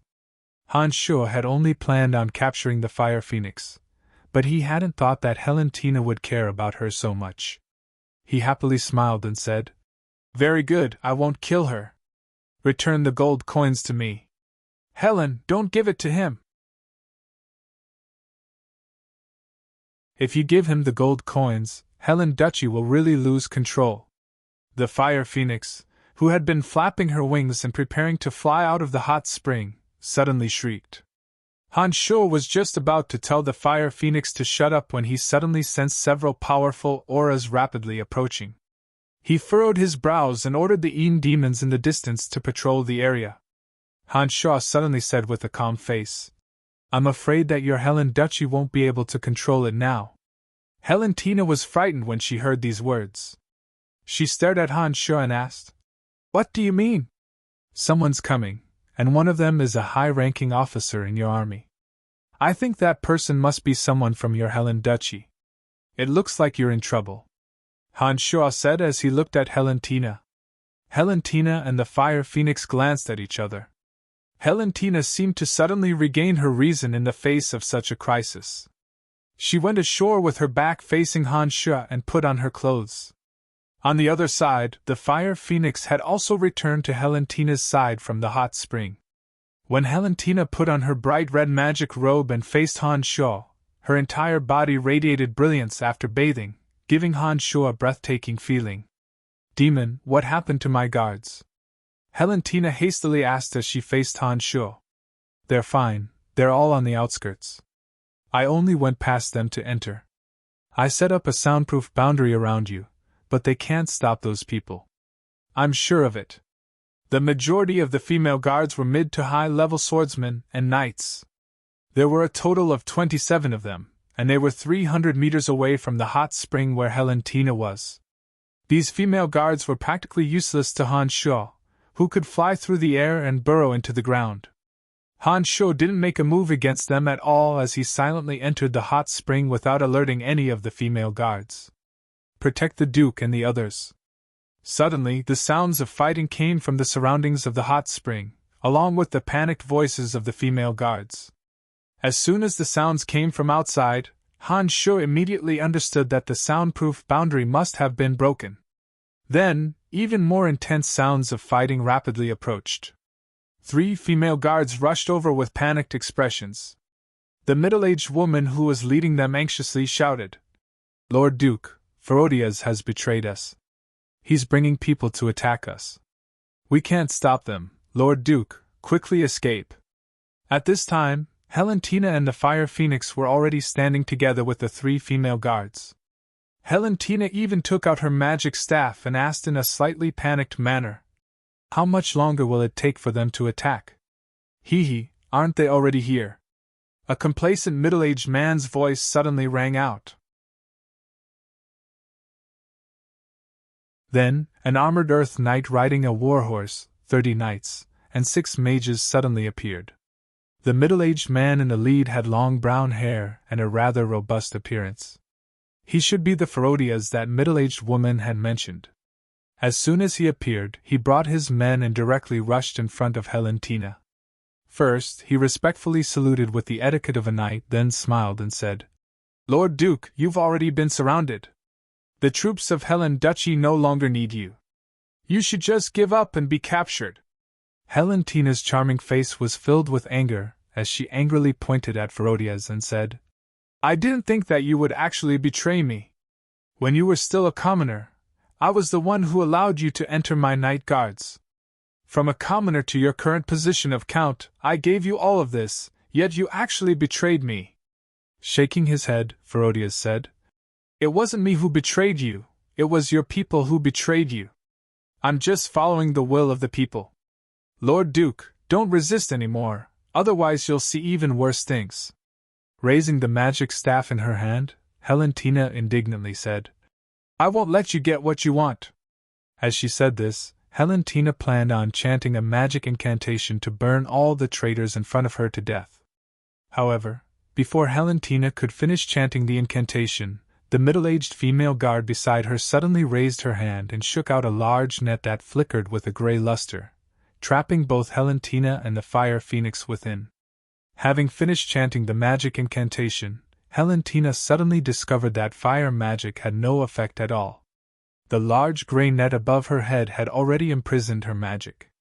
"Aunt Ellie, even you betrayed me?" Helentina's heart suddenly sank to the bottom of the valley. She looked at the aunt who had taken care of her since she was a child with a face full of despair. The middle-aged woman indifferently retreated a few steps and coldly said, "Helen, just accept your fate." "Hee, Lord Duke, I told you that if you resisted, you'd see an even more embarrassing scene. Why didn't you believe me?" After pausing for a moment, Ferodias smiled and brought even more despair to Helentina. He said, "I'll imprison you and hand you over to Grand Duke Benedict Sackville. Even if your body is already impure, Benedict Sackville is still willing to pay 50,000 gold coins for you. However, in the hands of Grand Duke Benedict Sackville, I'm afraid that you'll no longer be the goddess in his heart, but a slave girl at his feet." "Ha ha! Everyone, you seem to have forgotten my existence." At this moment, Han Shuo courteously smiled at the traitors surrounding Helentina.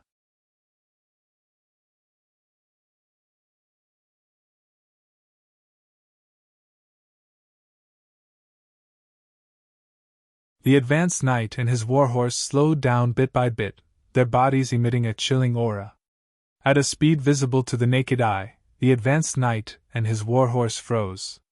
By the time the knight and his horse arrived in front of Han Shuo, both the knight and his horse had been frozen into a sparkling and translucent ice sculpture. Han Shuo casually pushed his hand, and the man and horse that had been turned into ice fell to the ground with a loud bang. The pieces of flesh were frozen stiff and emitted a cold air. When Ferodias saw one of his subordinates' elite knights die in such a strange manner, his gaze towards Han Shuo was completely different. He solemnly said to Han Shuo, "Just who are you?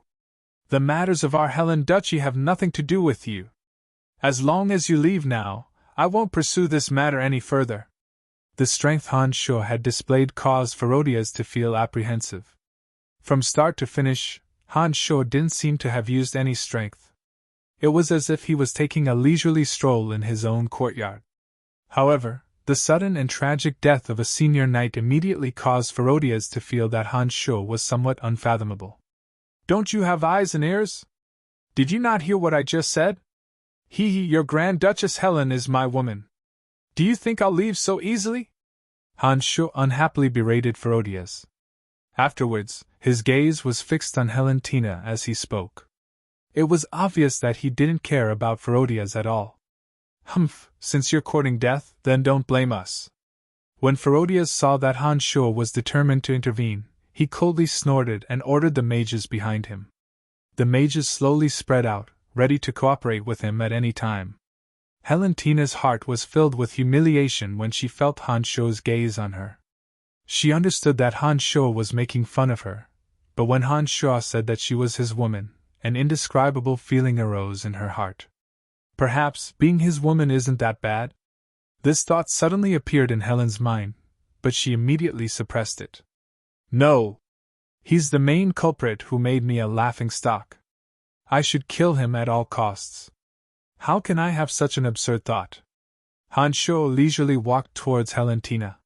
His tone became even more gentle as he said, "How can I let you be tied up? Moreover, you're worth far more than 50,000 gold coins. Isn't that right, Helen? Don't come over. If you dare come over, we'll kill her." The middle-aged female guard pointed a dagger at Helentina. When she saw Han Shuo approach, she suddenly screamed in panic. Glancing at the middle-aged woman, Han Shuo sighed and said, "She's worth 50,000 gold coins. Do you dare to make a move? Besides, you won't have the chance to make a move." As soon as she finished speaking, the ground suddenly trembled, and a few earth spikes suddenly burst out from the ground, piercing through the 3 female guards, including the middle-aged woman, as well as the traitors who were guarding them. They were all hanging on the earth spikes just like that. Ferodia's expression changed drastically. His eyes were filled with fear when he looked at Han Shuo. He looked at the ground beneath his feet with lingering fear, fearing that there would be a spike that would nail him to death. Ferodias clearly hadn't seen Han Shuo chant any magic incantations, yet the earth spikes had suddenly killed several of his subordinates. This stunned Ferodias once again. Helentina and Fire Phoenix, who were trapped within the magical net of imprisonment, were naturally safe and sound.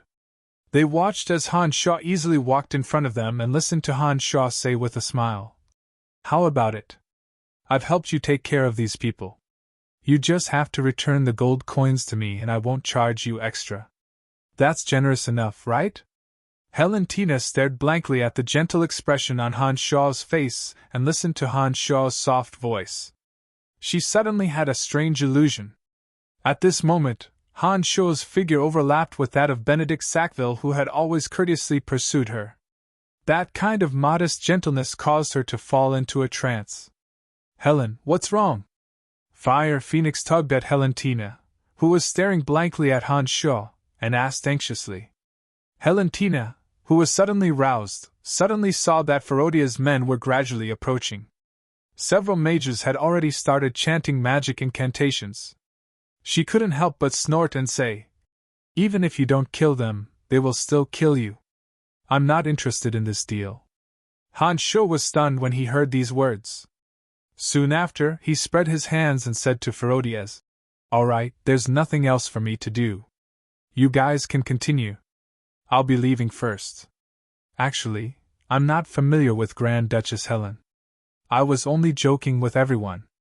Ferodias, who had been prepared to kill them, was startled by Han Shuo's words. He hastily stopped the mages from casting their spells and said to Han Shuo, "All right, I don't want to be your enemy either. As long as you leave, I'll pretend that this never happened. All right, you guys can continue. Goodbye."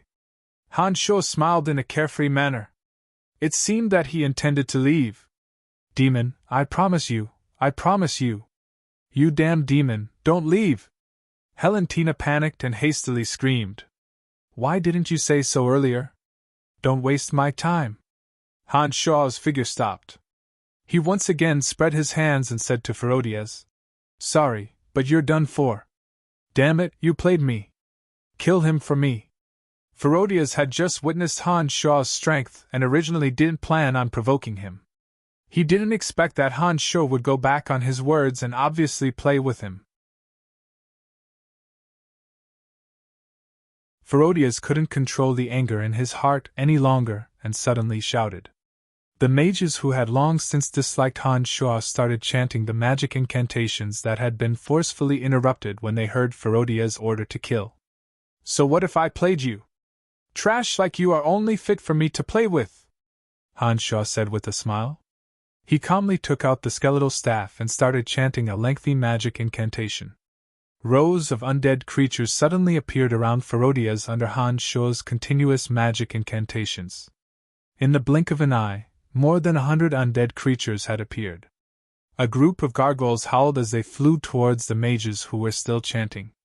The mages were so frightened that they once again stopped their incantations and began to dodge in panic. Who are you?" When several hundred undead creatures surrounded Ferodias, with 3 powerful evil knights among them, Ferodias could no longer suppress the shock in his heart and cried out to Han Shuo. Han Shuo shrugged and said, "You're about to die. Why are you asking so many questions? Brian, you're the new city lord of Bretel City, Brian?" One of the mages suddenly cried out in alarm.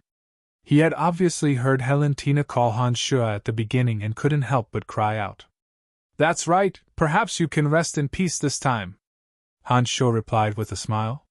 He waved the skeletal staff and the enormous undead creatures instantly submerged the mages. The strongest among the mages was the Earth Knight Ferodias. Han Shuo didn't even put a few small mages in his eyes. When faced with the attack of the enormous undead creatures, their fates could be imagined.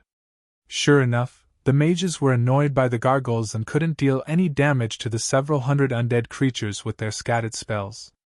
Although Ferodia's strength could be considered passable, one evil knight was enough to make him have no chance of victory. When he was surrounded by 3 evil knights at the same time, he was destined to die a miserable death from the start. Mournful wails rang out from among Ferodias and the others. Under the attack of the undead army, the previously arrogant group was torn to shreds one by one. The terrifying sounds made one's scalp go numb. However, Helentina, who had been betrayed by them, felt a kind of carefree feeling when she heard the blood-curdling screams. Helentina felt that she had treated them well, but she never imagined that these people would betray her. If it wasn't for Han Shuo being present at this time, Helentina would have been hard-pressed to escape the fate of being sold to Benedict Sackville as a slave. If it was an ordinary person who had rebelled, Helentina would have been able to accept it. However, the heartless betrayal of the people she had treated with sincerity made her hatred for them even deeper. Listening to their mournful wails, Helentina gnashed her teeth and shouted, "Serves you right! Traitors, this is the treatment you deserve! Hey, Miss Helen, they're already finished. Shouldn't you pay me back the gold coins you owe me?" Han Shuo walked in front of Helentina with a smile and courteously helped her remove the large net that was imprisoning her. He conveniently stored it in his space ring and continued to press for the debt. Are you done yet?" Helentina didn't know why, but she felt a bellyful of anger when she saw Han Shuo's smiling face. She couldn't help but shout at Han Shuo. Han Shuo was surprised and said, "What? You want to renege on your debt? You should know that even though they're dead, I can still easily kill you. At the very least, I can still exchange you for 50,000 gold coins from Benedict Sackville. You dare! Helentina glared at Han Shuo with hatred. After a moment of silence, she seemed to have made up her mind and took a deep breath. Brian, I have a suggestion. What suggestion? Tell me. Han Shuo asked. Marry me, and the dowry will be the Helen Duchy. What do you think? Helentina's bright eyes looked deeply at Han Shuo as she blushed with shame.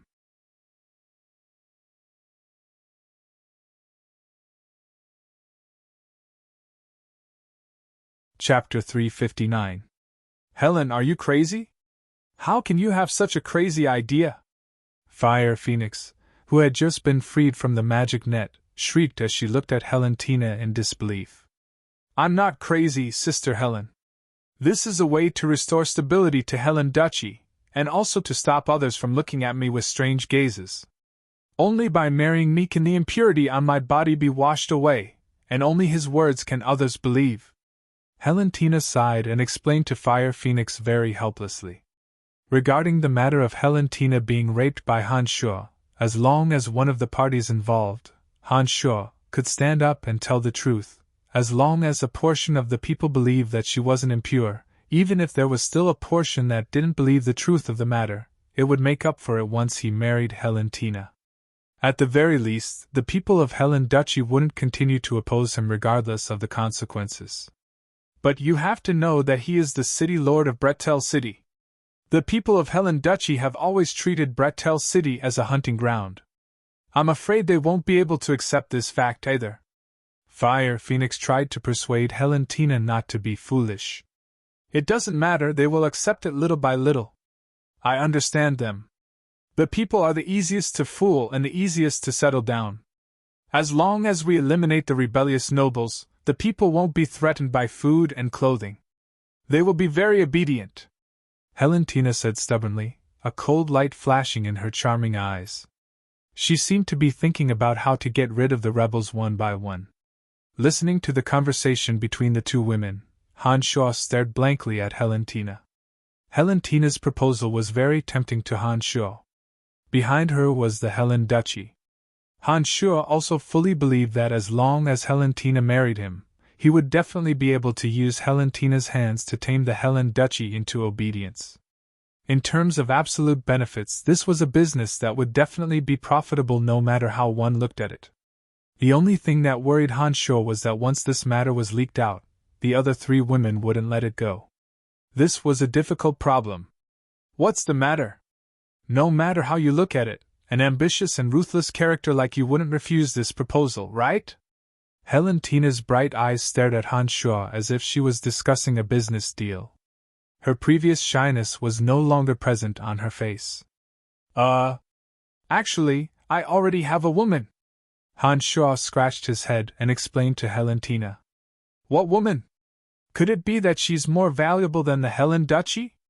Helentina didn't find it strange.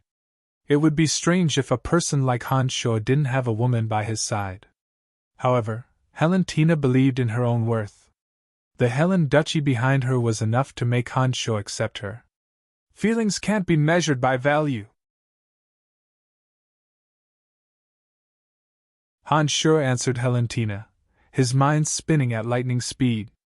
After a while, he smiled faintly and said to Helentina, Right now, you have a powerful enemy outside of the Helen Duchy and internal turmoil.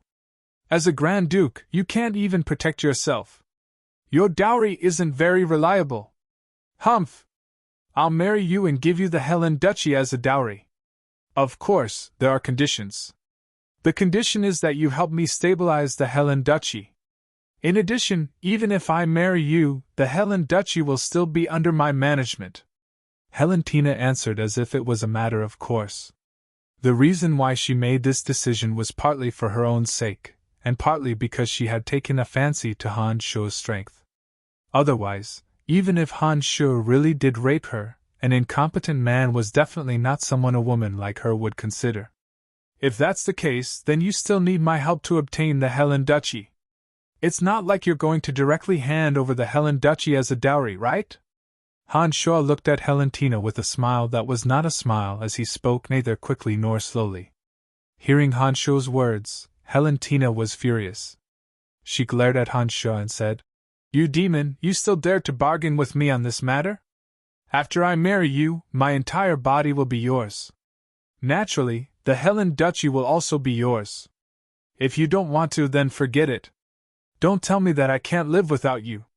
When it came to matters of marriage, Helentina had already put down her self-esteem and negotiated with Han Shuo with a low attitude. For someone as arrogant as Helentina, pretending to be calm while discussing this topic with him still made her blush with shame. She didn't expect that Han Shuo would have a politician's face and haggle with her in this aspect. This made Helentina feel humiliated and couldn't help but fly into a rage. "Don't be agitated, don't be agitated," Han Shuo hurriedly persuaded her, then said in a serious tone.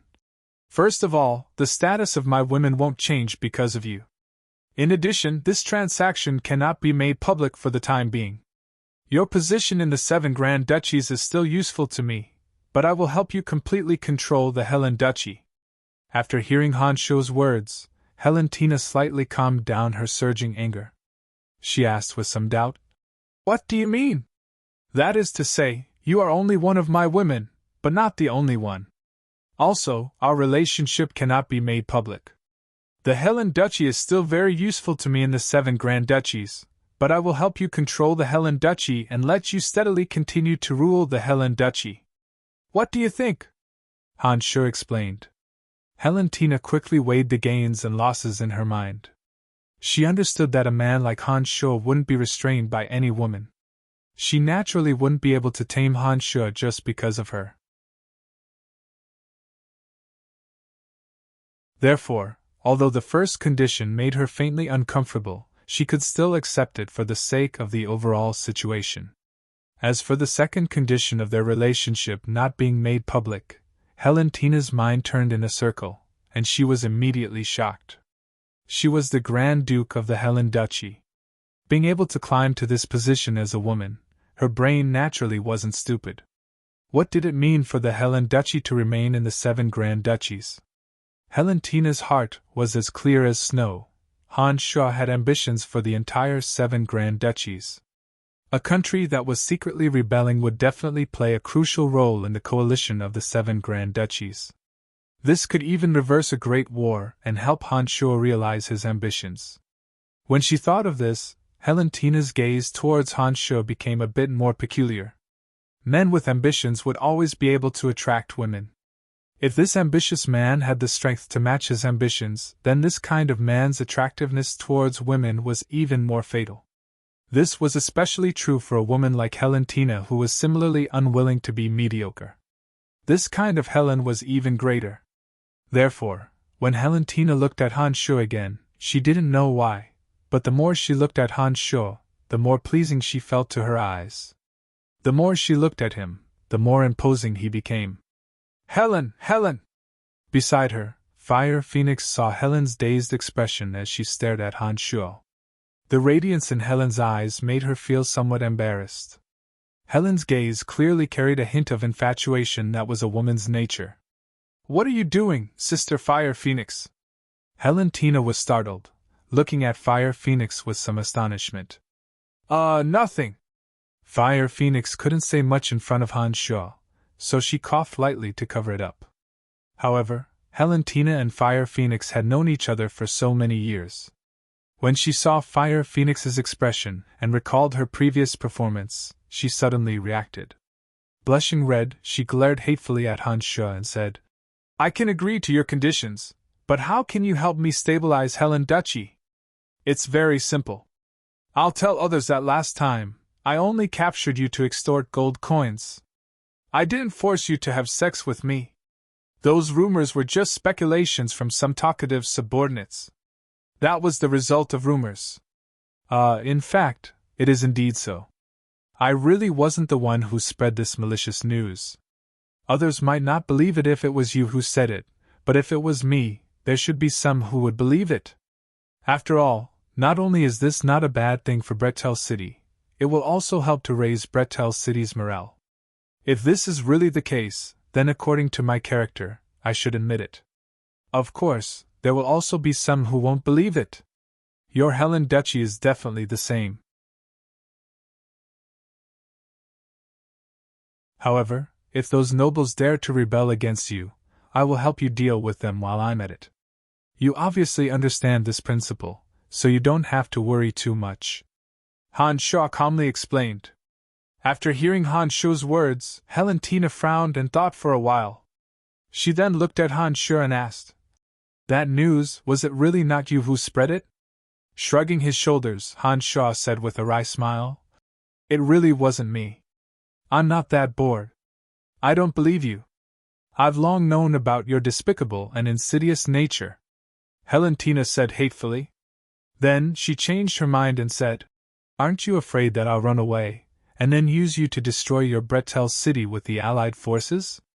"I'm afraid, so I also have a condition," Han Shuo said to Helentina with a mischievous smile. Helentina looked at Han Shuo's smile and faintly had an ominous premonition. She cautiously asked, "What condition?" "Hee, before that, I want your body first." Han Shuo's lustful eyes swept over Helentina's curvaceous and charming body as he shamelessly put forward this condition. "No, you demon, this is absolutely not possible." Although Helentina had a premonition that Han Shuo's words wouldn't be anything good, when she actually heard Han Shuo make such a shameful request as if it was a matter of course, she still panicked and found it hard to accept. "Helen, don't agree to it. He's just a swindler," Fire Phoenix said angrily. "If you don't agree, then this matter is over. You return my gold coins, and I'll leave. From now on, we'll meet on the battlefield." Han Shuo shrugged indifferently, as if he didn't care too much about Helentina's body. It was as if the person who was lustfully looking at her body just now wasn't him at all. She didn't know why, but when she heard that Han Shuo wanted to meet her on the battlefield, her heart inexplicably panicked. Just thinking about this possibility made her heart begin to feel uncomfortable. This feeling made Helentina very uncomfortable. She didn't know what was wrong with her. Helentina clenched her teeth in silence for a while before raising her head to glare hatefully at Han Shuo.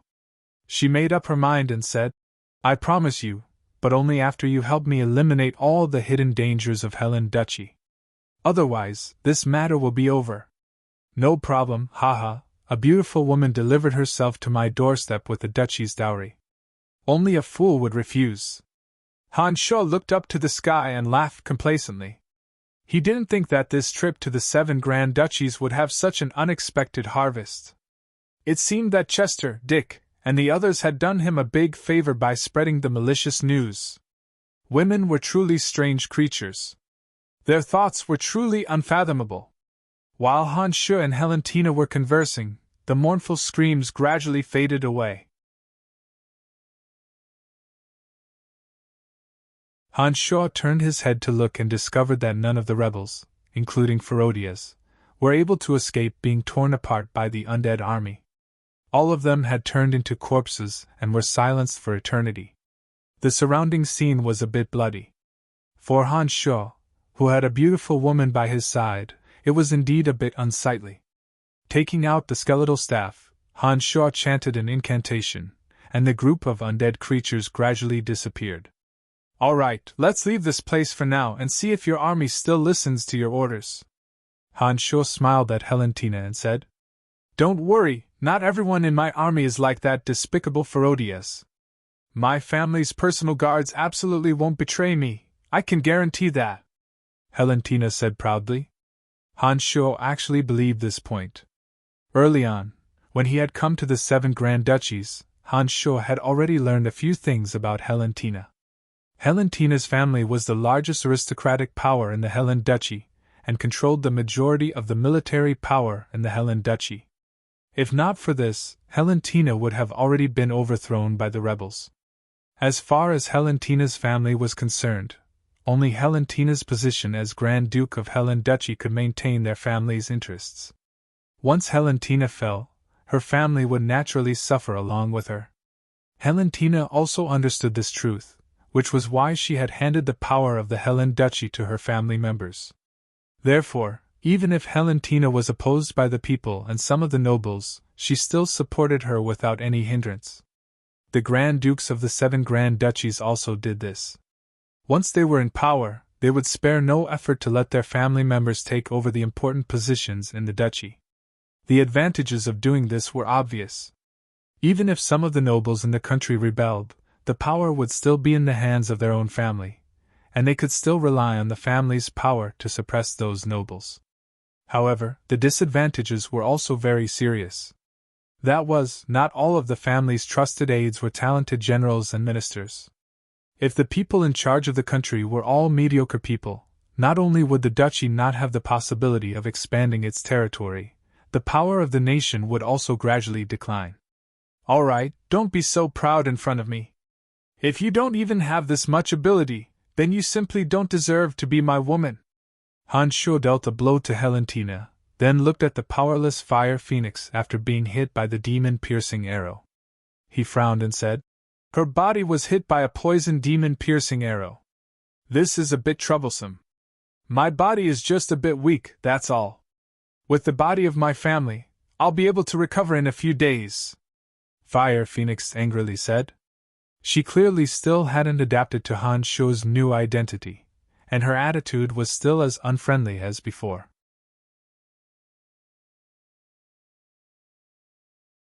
Thinking about it, before today, Fire Phoenix had wholeheartedly wanted to kill Han Shuo to avenge Helentina.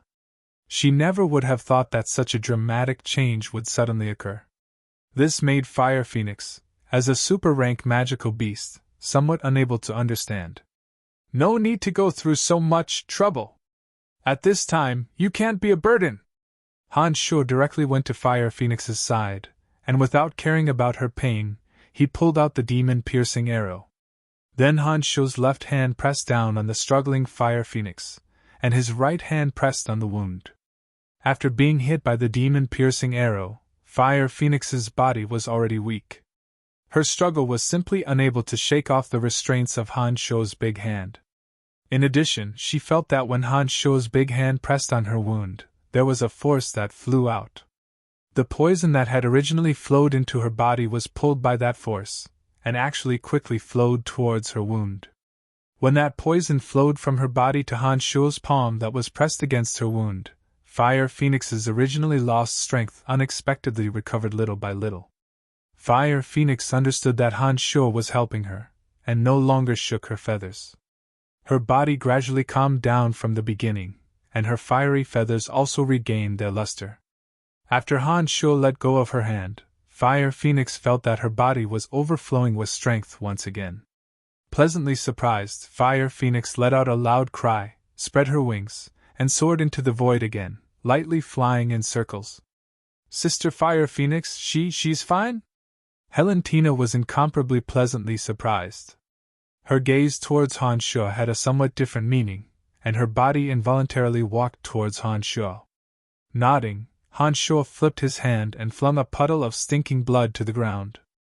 Only then did he calmly reply, "The poison in her body has all been sucked out by me. Look at how lively she is right now. Does she look like she's injured? All right, consider it as us owing you a favor." "Thank you." Helentina unwillingly expressed her gratitude, but in her heart, she was astonished by Han Shuo's miraculous abilities. She was clear in her heart that Han Shuo's strength was extremely strong, but he wasn't a priest or a pharmacist. Even a pharmacist or a priest wouldn't have such a miraculous method. In the profound continent, even a pharmacist or a priest wouldn't be able to suck out a poison that had entered the blood as easily as Han Shuo. To Helentina, this was simply an inconceivable ability. She suddenly felt somewhat fortunate in her heart. Fortunately, she hadn't become an irreconcilable enemy with this person. Otherwise, she was afraid that she would bring an irreparable disaster to Helen Duchy.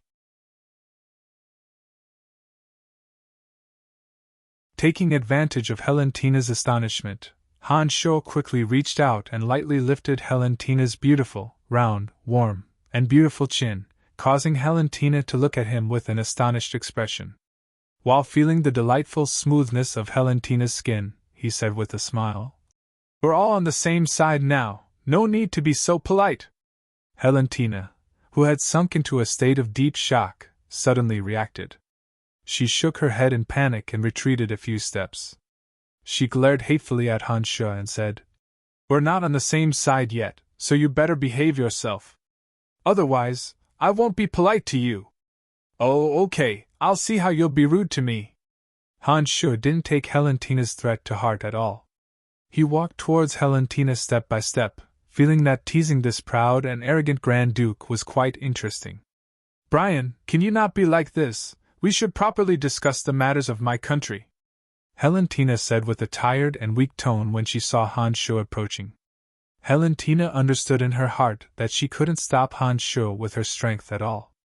The strength of Han Shu, who was as imposing as a demonic god, made her tremble. Until now, she almost couldn't muster up the will to resist. Helentina knew that this man, who would become the greatest pillar of support in her life, might be able to give her everything she needed. Subconsciously, Helentina had long since given in. Now that Han Shu was close to her, she finally showed it. Han Shu stared blankly for a moment and carefully looked at Helentina. At this moment, the weak Helentina had a different kind of moving expression, causing Han Shu to feel an indescribable sense of pity. He didn't aggressively approach her anymore. Han Shu suddenly stopped approaching Helentina and said with a smile, "Then forget it, let's talk about the matters of your country. Ferodias is only a head knight in my hands. If no one instigated him, I don't think he has the guts to rebel against me. Humph, within the current Helen Duchy, only Marquis Kekaru has the most hope of controlling the Helen Duchy. He's been holding back all this time, and I reckon that he's preparing a fatal blow to push me off the throne. I dare say that the mastermind behind all this is definitely him." Helentina's bright eyes flickered with killing intent as she said hatefully, "Very good, it's easy to handle now that we know who it is. I'll go with you to the Helen Duchy and kill all of those rebels, so that they won't have the chance to rebel against you," Han Shu said callously.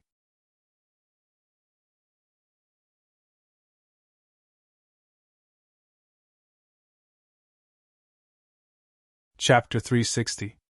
Just as Helen said, when Han Shu and her returned to the army's encampment, her family's trusted aides didn't know about it. Ferodias had obviously acted on his own, intending to capture Helen alive and take her away. Ferodia's wishful thinking was to capture Helen and bring her back to Helen Duchy and hand her over to Marquis Kekaru. The Helen family's army had lost their backbone, Helen. Kekaru also had the support of Benedict Sackville. He would definitely be able to defeat this army and sit on the position of Grand Duke of Helen Duchy. After Han Shu and Helen returned to the army's encampment, they didn't openly appear in front of everyone. With Han Shu's methods, it wasn't difficult for him to meet up with Helen without anyone noticing. This place wasn't far from Helen Duchy. Helen returned to deal with the matter of Ferodias, saying that they had encountered assassins along the way and that they had all met with misfortune. She didn't reveal the fact that Ferodias had rebelled. The next day, the army returned to Helen Duchy. Han Shu quietly followed them. Helen Duchy was equivalent to a province of the Lancelot Empire. It also had 5 cities and more than 10 towns of various sizes. Helen City was the center of the duchy and was managed by the Grand Duke of Helen Duchy. The other 4 city lords were marquises. During the previous civil strife, one of them had already been killed by Helentina. Marquis Kekaru was the city lord of Seagate City, one of the 4 cities. During the previous civil strife, Kekaru didn't have any intention of rebelling. However, he had suddenly rebelled at this time. This person was truly patient enough. Han Shu and Helen returned to the Helen Duchy together. This time, Helen's personal guard consisted of 30,000 people. They were all led by her family's trusted aides and were also the Helen Duchy's most elite knight regiment. On the way back to Helen City, they had to pass through Seagate City. After marching for 2 days, Helen's army finally arrived at Seagate City. Because Helen was a fire archmage and a woman, she'd always stayed in a luxurious carriage pulled by 4 war horses during the march. At this time, in addition to Helen, there was also Han Shu in the carriage. The spacious carriage was covered with a soft carpet, which made people feel very comfortable to step on. There was a row of small shelves around the carriage, on which there were rouge and face powders to decorate one's appearance, as well as some sparkling fresh fruits. Helen lazily leaned against the center of the room, looking at the calm and natural Han Shu in front of her. She said, "Seagate City is Kekeru's territory. That old fox didn't give himself away last time. Although I know he's up to no good, I can't find an excuse to deal with him. There are always several experts protecting him. As long as he doesn't leave Seagate City, it won't be easy for me to kill him."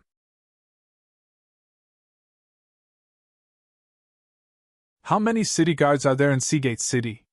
If you returned to Seagate City now, do you think they would dare to let you in?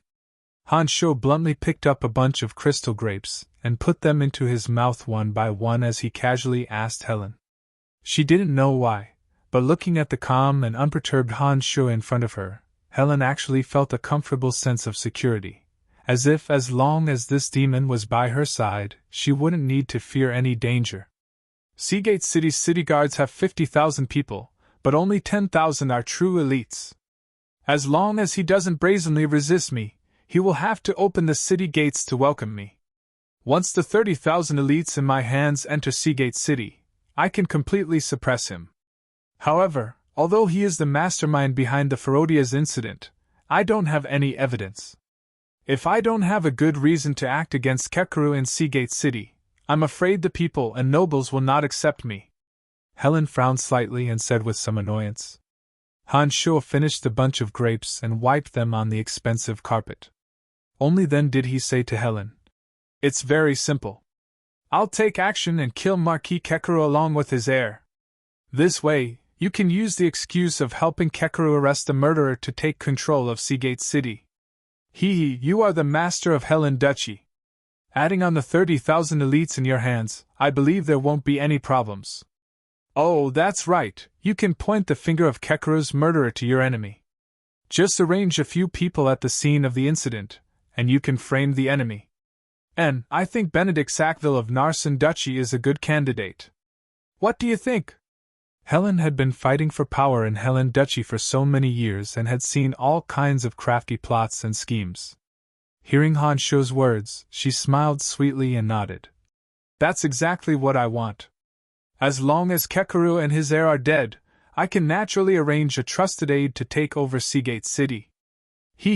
I've already arranged the candidates. During the last civil strife, I already wanted to do this.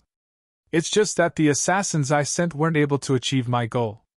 Now that you're here, I believe there won't be any problems." Sure enough, she was a sinister woman. Whenever she talked about this kind of matter, Helen would blossom with a dazzling radiance that made Han Shu feel dazzled. That sweet smile of hers could captivate one's soul, causing Han Shu's heart to move. Once a woman hated a man, she would disregard everything to put him to death, regardless of the cost.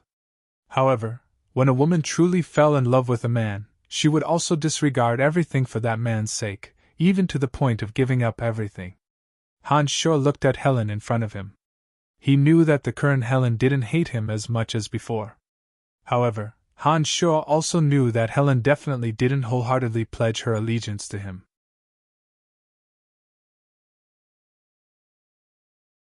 Only by truly conquering this kind of woman would she become a sharp sword in his hands. Otherwise, he would only hurt himself. To deal with a woman, there was nothing more than making her surrender from both the body and the mind. Han Shu could be considered a veteran on the battlefield now. He understood that conquering a woman's body could even affect her heart, subtly turning her into a captive. Among them, Emily was the best example. Han Shu chuckled mischievously when he thought of this, licking his face as he leaned over to the lazily reclining Helen. Just as Helen turned pale with fright, Han Shu grabbed her and directly pulled her onto his lap, ignoring Helen's resistance. He impolitely kissed Helen's luscious red lips. A refreshing fragrance drifted from Helen's body into Han Shu's mouth and nose. Her little tongue was like an intoxicating fine wine, causing Han Shu to have an irresistible indulgence. Helen struggled and fiercely pounded on Han Shu's chest. He didn't really continue kissing her. After tasting the intoxicating taste of Helen's vermilion lips, Han Shu chuckled and let go of Helen. He smiled at Helen, whose charming face was as red as blood, and said, "You're too moving, I can't control myself. I'm going to help you get rid of your political enemies soon, so you should at least give me some benefits, right? You bastard pervert, you forcefully kissed me." Helen ran away from Han Shuo's lap with a red face and fiercely glared at Han Shuo.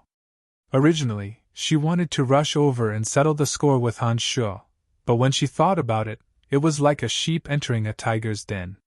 In a moment of desperation, she fiercely threw a crystal cup at Han Shuo. With a wave of his hand, the crystal cup safely landed in the palm of Han Shuo's hand. Leisurely pouring a cup of fine wine, Han Shuo smilingly carried the cup to Helen, who was shrinking in the corner of the carriage, and said, "Come, consider this cup of wine as my apology. You also know that I'm a normal man, and you're such a beautiful and alluring woman. In this carriage, I'm already doing my best not to be even more rude to you. Don't try to anger me." After hearing Han Shuo's words, Helen's heart trembled. She angrily glared at Han Shuo for a while, her slender white neck gradually turning red. However, Han Shuo's words of praise for her alluring beauty made her feel a little happy. She thought to herself that she would be his sooner or later, so it didn't matter if she let him take advantage of her first. "All right, I forgive you. However, you're not allowed to act recklessly in the future, especially when there are outsiders around." Helen hatefully glared at Han Shuo for a while. In the end, she gave in and obediently picked up the cup of wine that Han Shuo handed over. Huffing with rage, she took a sip. "Of course, when there are outsiders around, you're still the goddess of Helen Duchy."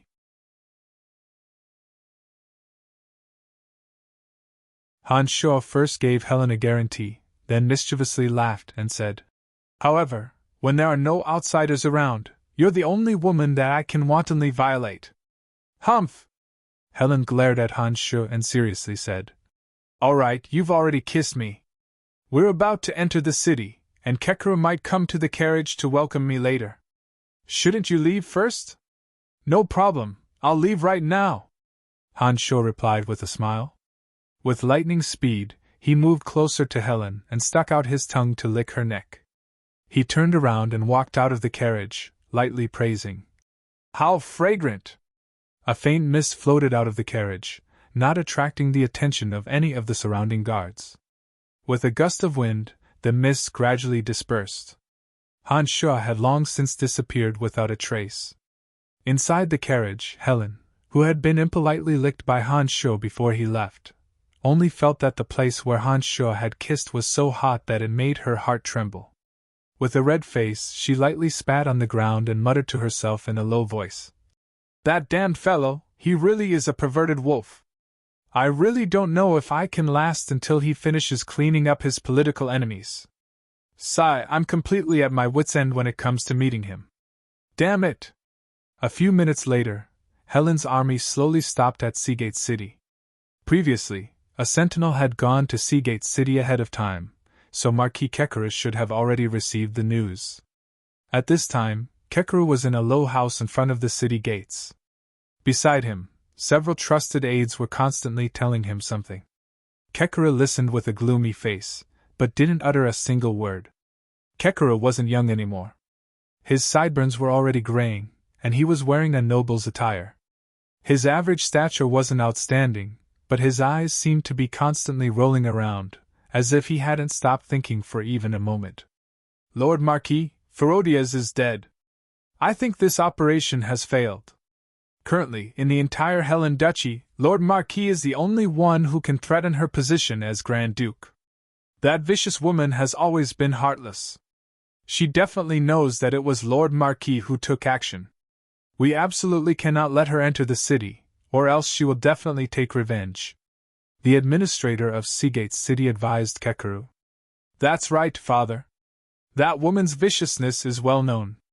Once her elite troops enter the city, our Seagate City's army will be unable to suppress her. We can only use Seagate City's defenses to stop her outside.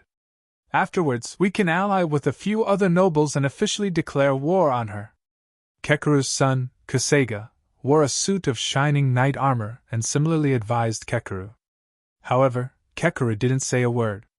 His two eyeballs constantly rolled around as he paced back and forth. It seemed that his heart was in a mess, and he was unable to immediately make a decision.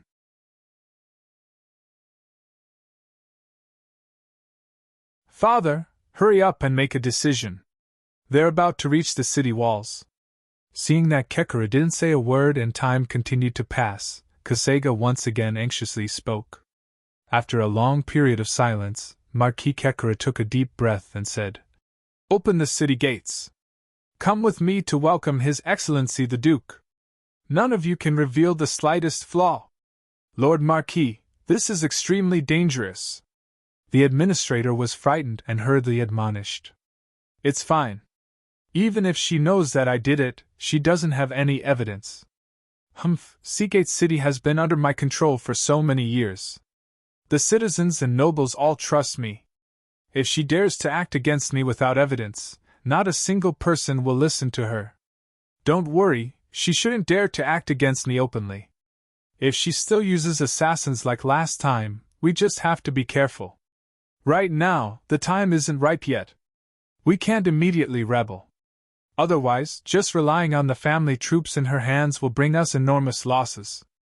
We don't know if we can obtain victory this way, but even if we do, Helen Duchy will never be able to recover and will become the weakest of the 7 Grand Duchies. Rather than that ending, it's better to continue controlling Seagate City," Kekara said to the two. After hearing Kekara's words, although the two were unwilling, they thought that what he said was indeed reasonable. In addition, they understood that once Kekara made up his mind, no one would be able to change it. Thus, they didn't continue to say anything else. Under Kekara's command, the Seagate City gates gradually rose. Kekara's face was full of respect and joy as he and his subordinates went out to welcome them. However, he didn't know that they were welcoming another death god.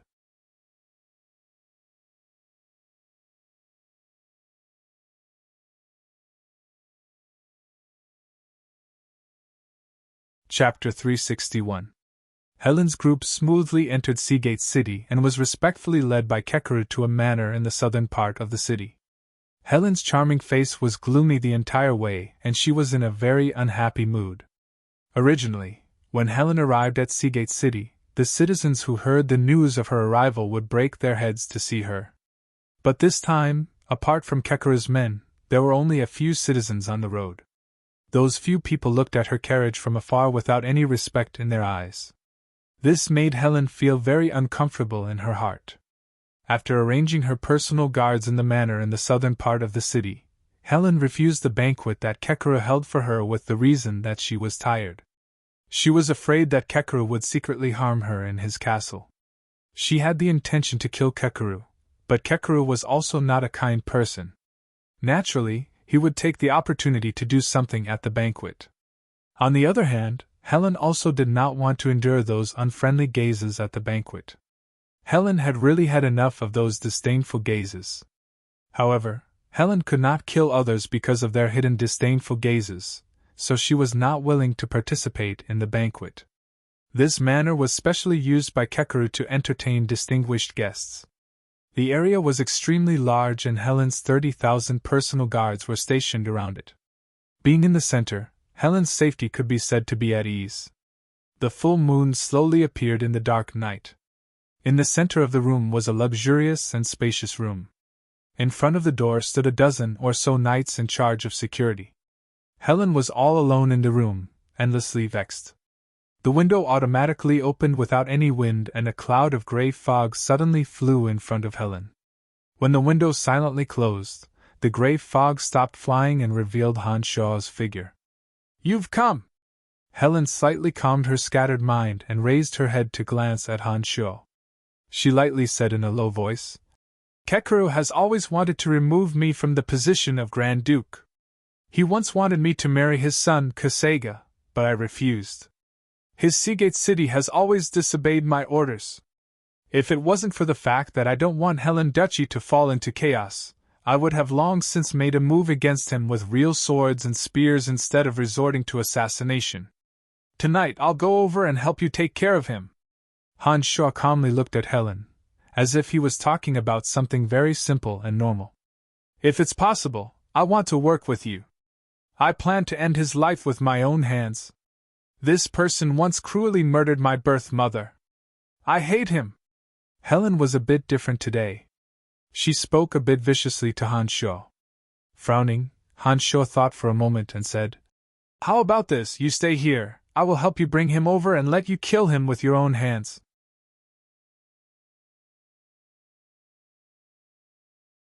As for Helen's birth mother, Han Shuo didn't ask about it. Everyone had their own sad memories, and Han Shuo believed that it wouldn't be a pleasant one. Sometimes, respecting other people's privacy was more touching than showing respect on the surface. Helen raised her head and looked deeply at Han Shuo. It was unknown if she was thinking of sad memories, but her gaze became a bit more gentle. She laughed at herself and said, "Thank you. In the end, I'm still a woman. It looks like I still need a man's shoulder to lean on. These past few years, I'm really tired." Han Shuo smiled and nodded at Helen. He tried to walk towards Helen. When he discovered that there wasn't any vigilance in Helen's eyes, he didn't stop. When he arrived in front of Helen, Han Shuo gently embraced her. Feeling Helen's trembling body, Han Shuo patted her shoulder and said in a soft voice, "All right, I won't ask about your past. However, I will bring Kekeru to you and let you vent your grievances to your heart's content. Brian, I don't know if I should hate you. When I came here today, no citizens came to welcome me. It looks like they've already started to reject me in their hearts. This is all because of you. I want to hate you, but I don't know why I can't. Can you tell me why?" Helen leaned on Han Shuo's shoulder and whispered weakly, "Perhaps you really should hate me. However, if you continue to be so obedient, not only will I make you not hate me, I will also make you happy. I promise." Han Shuo whispered into Helen's ear and continued, "All right, rest for a while. In order to prevent you from hating me, I'll start with Kekeru." Han Shuo gently pushed away Helen, who revealed her weariness in the dead of night, and left without a sound. He floated weightlessly towards Marquis Kekeru's castle like a specter in the night. To Han Shuo, Helen was currently only a prey. With Helen in Helen Duchy, Han Shuo could secretly control Helen Duchy without expending any manpower or resources. At the right time, this secretly rebelling Helen Duchy could become a sharp blade in the Alliance's heart and bring benefits to Han Shuo. Although Helen was the Grand Duke of Helen Duchy, she was still a woman. The safest way to treat a woman was to conquer her body and mind. Men should be overbearing and flamboyant during the day, but the occasional gentleness and elegance at night was equally lethal to women. Helen was a woman of great use to Han Shuo. Therefore, Han Shuo didn't mind spending a bit more time to firmly grasp her and her duchy in the palm of his hand. Inside Kekeru's castle, in a secret room guarded by the army, the three people gathered together again during the day. "Father, that woman has moved into Seagate City. We must kill her before she leaves Seagate City. Otherwise, once she leaves, I'm afraid we won't have another chance." Kasega looked at his father, Kekeru, and suggested, "Lord Marquis, I'm afraid this is our only chance."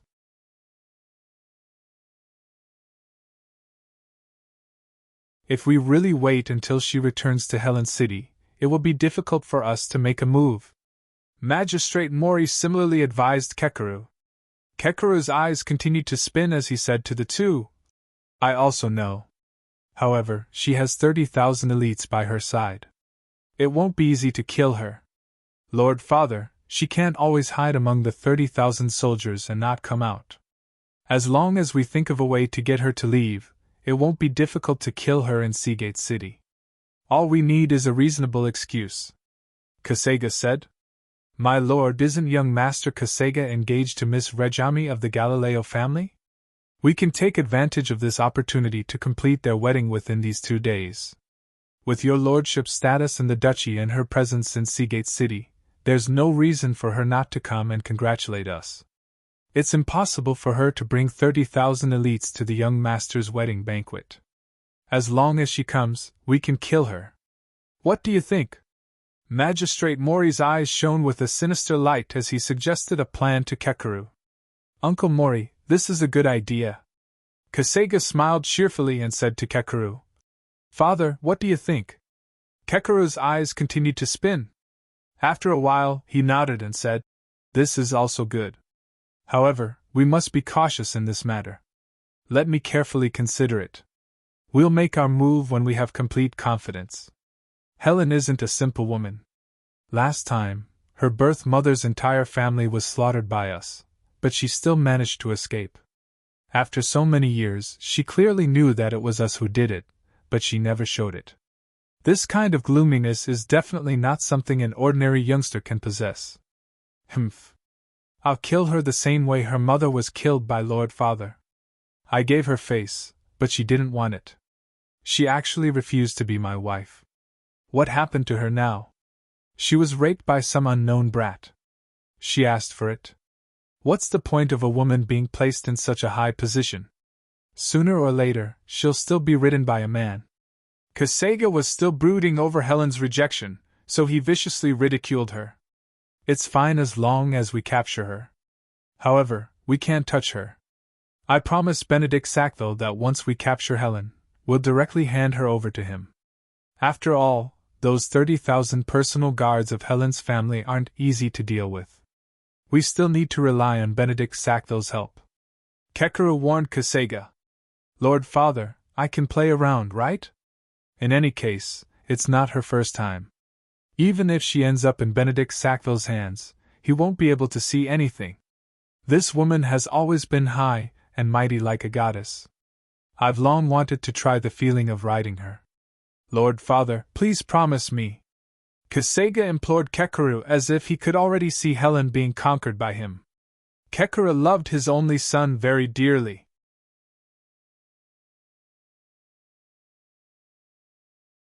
He also knew that when Helen had rejected Kasega, his son had been so angry and pained that he had killed 3 maids in succession to vent his hatred. Hearing this, he hesitated for a moment before nodding and saying, "Playing around is fine, but after this, erase that memory. Otherwise, it won't be good if Benedict Sackville finds out. We still have to deal with this person in the future." "Many thanks, Father, many thanks, Father. Haha, I've wanted to ride that whore for a long time." Kasega laughed lewdly, his face gradually becoming more ruthless and obscene. Magistrate Mori licked his lips and similarly laughed dryly.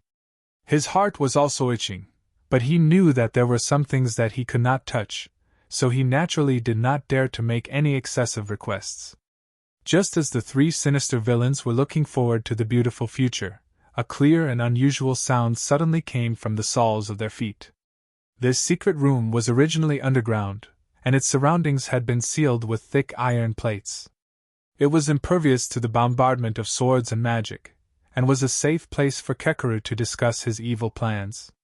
Logically speaking, no matter what, there shouldn't be such a strange sound coming from the soles of their feet that were separated by thick iron plates. Thus, when the unusual sound rang out, the 3 despicable villains stared blankly for a moment, all of them looking at the soles of their feet in astonishment. However, before they could react, the originally soft and unusual sound suddenly grew louder. The 3 of them were suddenly startled, and Kekeru was the first to react, saying, "Assassin!" As he shouted, Kekeru took the lead and ran towards the place where the mechanism had been opened, attempting to call the surrounding guards to hurry over. Kasega unsheathed his knight's sword and focused all of his attention on the soles of his feet, ready to deal a fatal blow to the person below at any time. Clang! An ear-piercing sound rang out, and a circular-shaped metal disc flew up explosively. The thick metal disc was as thick as a millstone, and was obviously the iron plate that sealed the soles of their feet. At the same time, a figure suddenly shot out from the circular-shaped ground. Kasega shouted, thrusting his sword towards Han Shuo, who had used the demon's lair edge to cut open a large hole with great difficulty. Han Shuo had spent more than 10 minutes before using the indestructible demon's lair edge to cut open the iron plate. He inwardly cursed the designer for being in a bad mood. When he saw a sword imbued with fighting aura thrusting towards him, he raised the demon's lair edge in his hand to meet it. A series of clanging sounds rang out, and Kasega's knight's sword was turned into scrap metal. Even one of Kasega's arms was turned into bloody chunks of flesh. As Kasega shrieked in terror, Hanshaw suddenly swung out the demon's lair edge.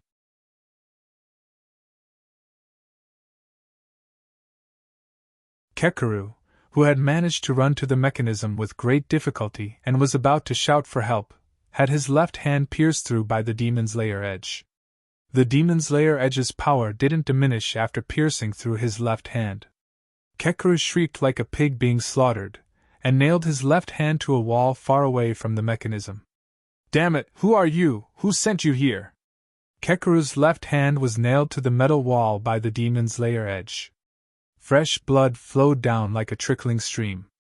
The heart-wrenching pain made Kekaru want to cry as he looked at Hanshaw and shouted miserably, my hand, ah!" Kasega's right arm had been completely crushed, and now resembled a long pineapple that had been skinned and sharpened.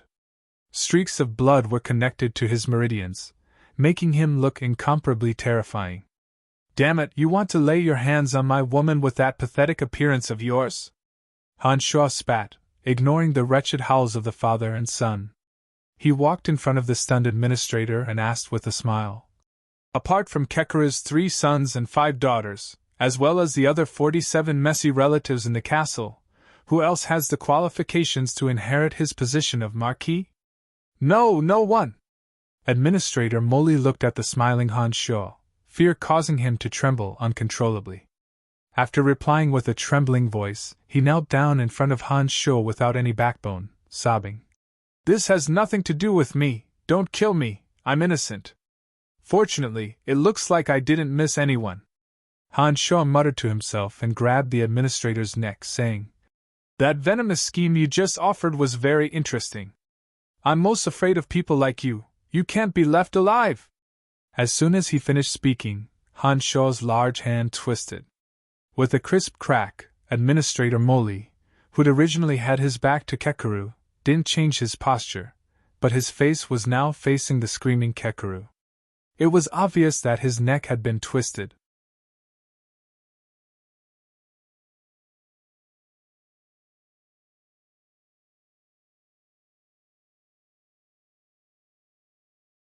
Chapter 362. Who on earth are you?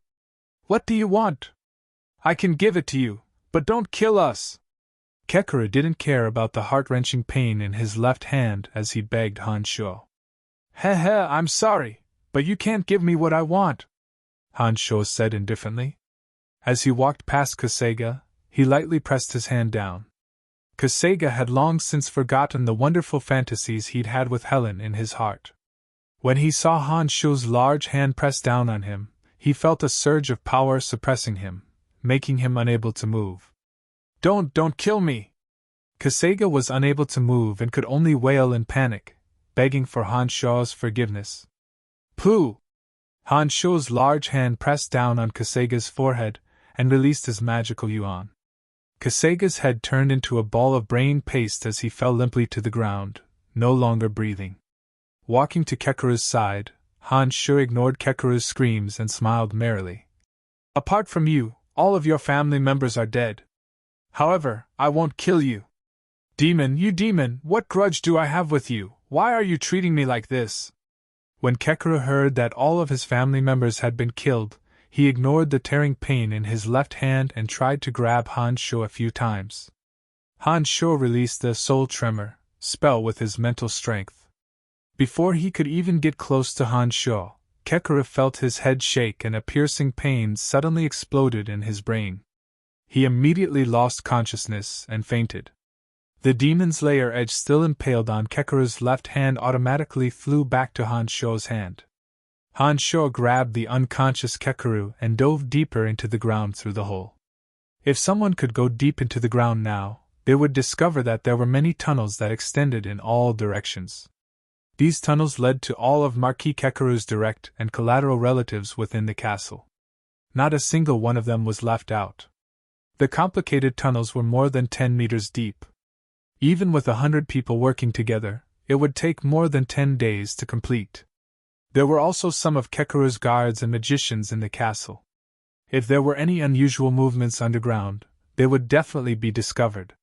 However, it was obvious that some things couldn't be viewed with common sense. As Hanshaw dragged Kekaru back, The tunnels that connected the entire underground were slowly flattened by the force of the earth. By the time Han Sho had exited the underground a few miles away, not even a trace of a tunnel was left in the underground of the castle. The moonlight poured down like mercury.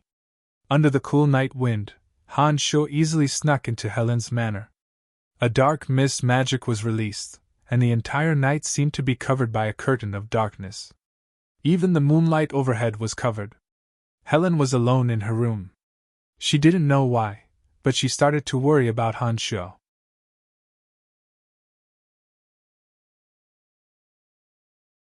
This kind of emotion made Helen a bit uncomfortable.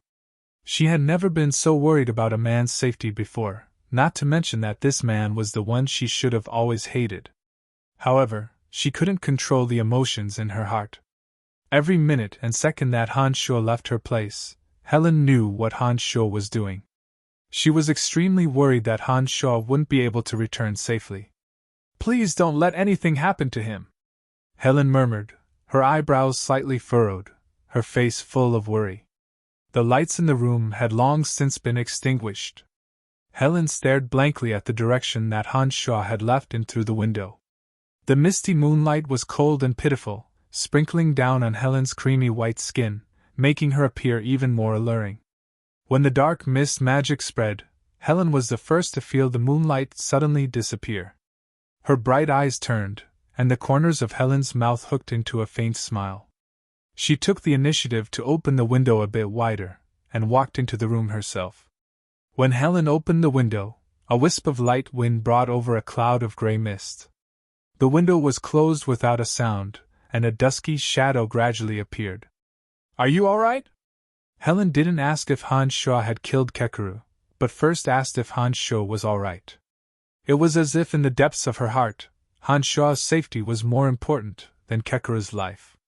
When these words left his mouth, Han Sho could easily sense the change in Helen's tone and attitude towards him. His heart unconsciously warmed, and his smile became even more gentle. "Thank you for your concern. I'll be fine." The air above Kekkuru's palm was frozen by the cold air, and not a single drop of blood flowed out. There wasn't even a trace of the scent of blood that could be released. No one would be able to detect any traces of it. When Han Sho's gentle voice sounded, Han Sho's figure holding Kekkuru was completely revealed. Helen immediately saw the unconscious Kekkuru in Han Sho's hands. Her eyes, which had originally revealed some tenderness towards Han Sho, were gradually filled with endless hatred. She gloomily looked at Kekkuru and said, "This old dog has finally fallen into my hands." Giving Helen a glance, Han Sho brought Kekkuru to a room in the back of the room. Casually tossing Kekkuru inside, Han Sho set up a soundproof magical barrier around the room. Only then did he say to Helen, who was forcibly suppressing her anger and hatred, "All right, you can wake him up and slowly kill him. I'll help you keep watch outside." Perhaps this hatred had been accumulating in Helen's heart for too long. She had patiently endured it for many years. Now that the opportunity to kill her enemy was right in front of her, she didn't speak too much to Han Sho. A layer of frost hung on her charming face when she heard Han Sho's words. With a cold face, she entered the room that was supposed to be the storeroom.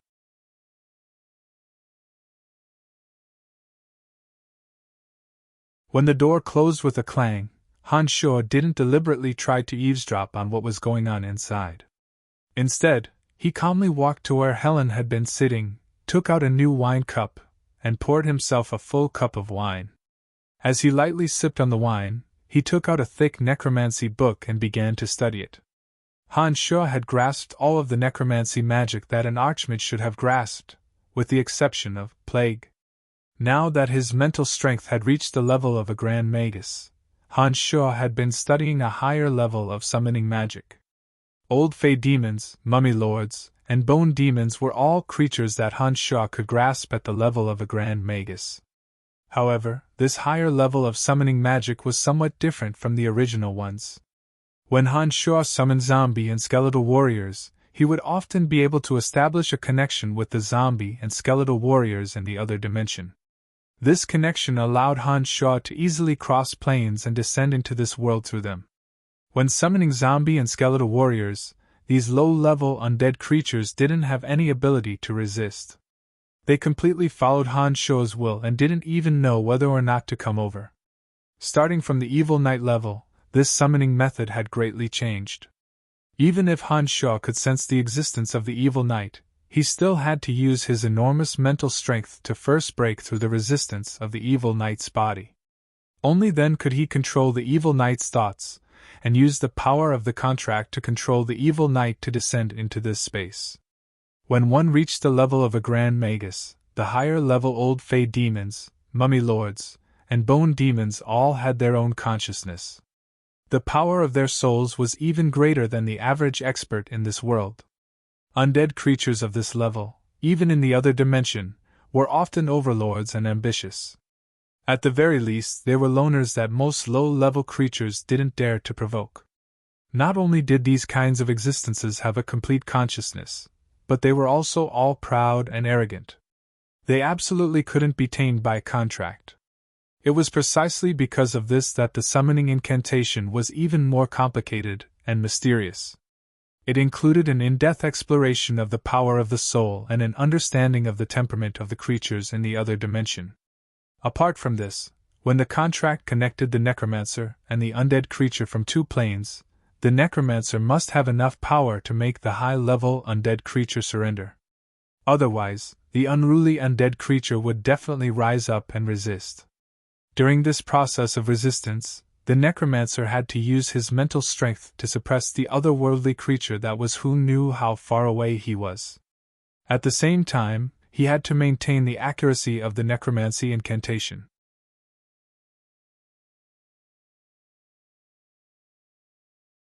Every syllable and corresponding gesture of his mental strength couldn't make the slightest mistake. Otherwise, not only would he not be able to summon the undead creature, the necromancer's soul would also suffer a backlash.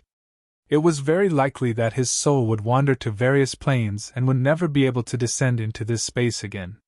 What Han Shuo was currently studying was the description of the souls of each high-level undead creature. 3 types of high-level undead creatures. The old Fey demons had sharp claws and agile movements. They were somewhat similar to the giant silver ape, but naturally weren't as tall as the giant silver ape. However, they possessed the same speed and sharp claws and teeth. The mummy lord's body was as hard as the hardest rock. Normally, it lived in a coffin. Although its movements weren't fast, it had extraordinary strength. It also possessed corrosive acidity, and could use the aura of death to fuse with the streamers in its body. It was also very difficult to deal with. The bone demon's entire body was made up of huge piles of bones.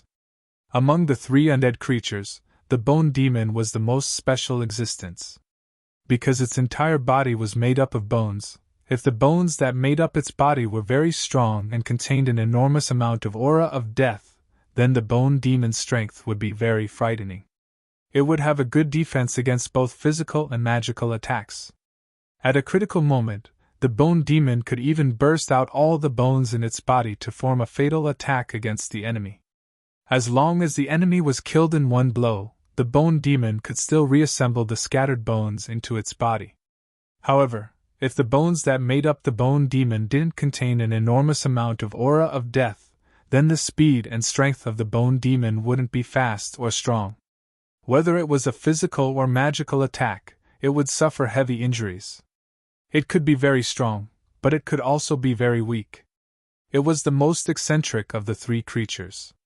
However, Han Shuo knew that the bone demon that had been modified by the little skull to be able to fly was certainly a powerful bone demon. This was because the bones in its body had been reassembled by the little skull. The raw materials were all the bones of various ancient super-rank magic beasts in the Forbidden Land. Those bones all contained a portion of the super-rank magic beast's power. A bone demon that was made up of these bones would absorb the aura of death even more quickly in the other world. The bone demon's body that was made up of bones could fly, which was enough to show that it at least possessed the intelligence to control a portion of gravity. Otherwise, it wouldn't have been able to fly so nimbly with just a few pieces of rotten flesh hanging on the bones. Han Shuo had grasped the characteristics of the 3 creatures from the other world.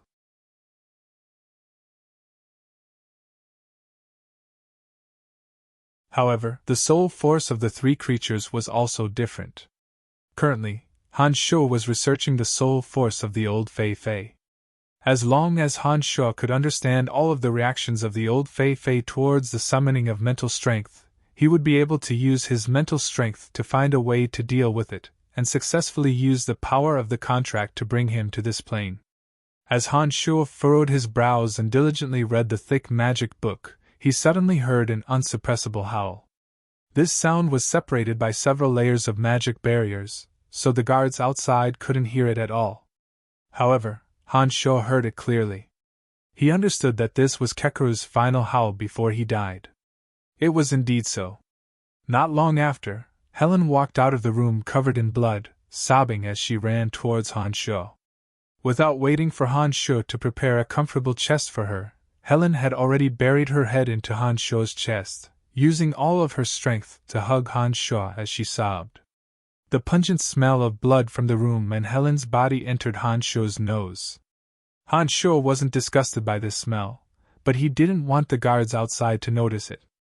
With a slight wave of his left hand, the open door automatically closed. A whirlpool appeared in Han Shuo's left hand, completely absorbing the smell of blood. Helen tightly hugged Han Shuo and cried for a while, slowly calming down.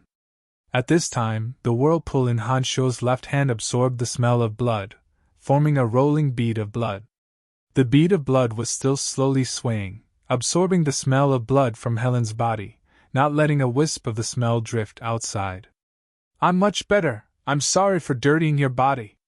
Helen slowly pushed Han Shuo away. Seeing that Han Shuo's body was covered in blood, she apologetically said to Han Shuo with sparkling tears still hanging on her pretty face. "It's all right, why isn't Fire Phoenix by your side? Shouldn't she be with you at this time?" Han Shuo discovered that ever since he came over, Fire Phoenix hadn't appeared in front of or behind others, so he asked with some surprise. "Sister Fire Phoenix doesn't like too many humans. Generally, she won't appear in front of too many people unless there's something special. She lives in Tanai Forest Mountain, so when I need her, I only need to summon her telepathically. Now that you're by my side, there's no problem with my safety, so I didn't call her over," Helen explained to Han Shuo.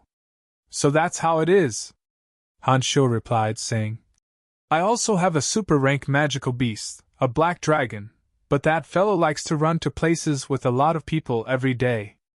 The more people there are, the happier he is. It seems that even though he's not a super-rank magical beast, his temperament is also different." "You also have a super-rank magical beast, a black dragon?" Helen was astonished.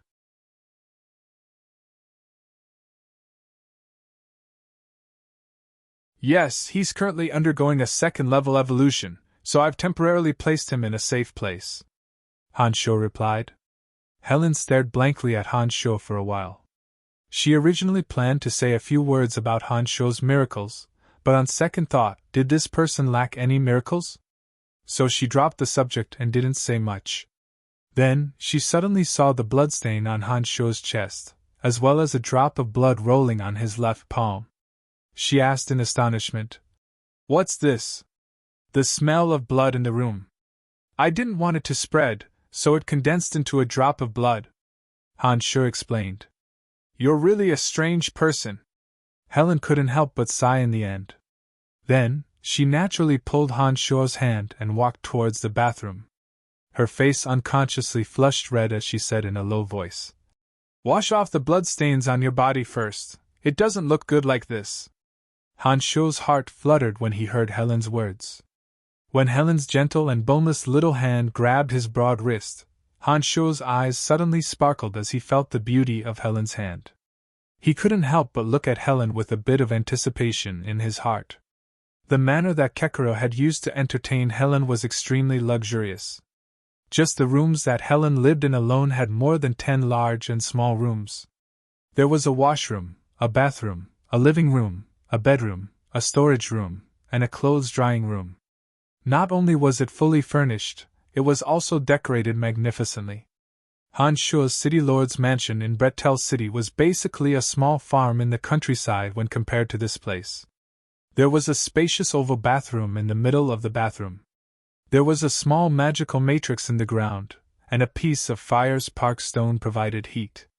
The temperature of the entire bath was maintained at the most comfortable temperature. Helen's face grew even redder in the hazy mist, and she actually helped Han Sho undress in a gentle manner. After all of Han Sho's clothes were undone, Han Sho, who was more than 9 meters tall, was revealed in front of Helen. Every inch of Han Sho's muscles seemed to contain an explosive power. Even when he was standing in a relaxed posture, he was like a ferocious hunting beast that was ready to pounce. His naked body gave off an overbearing aura. The image of Han Sho's imposing physique filled with wild power was reflected in Helen's bright eyes. When Helen removed Han Sho's clothes from the lower half of his body, she raised her head to look at Han Sho, who was as imposing as a towering mountain. She felt as if she had fallen into a bottomless abyss, unable to extricate herself. "This demon-like man, will he be my man in the future?" Helen murmured in her heart. She looked up at Han Sho with an intoxicated look in her eyes, staring blankly without saying a word.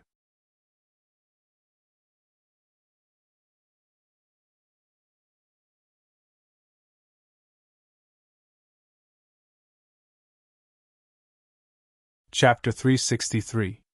Naked, Han Sho looked down at Helen, who was staring at him in a daze.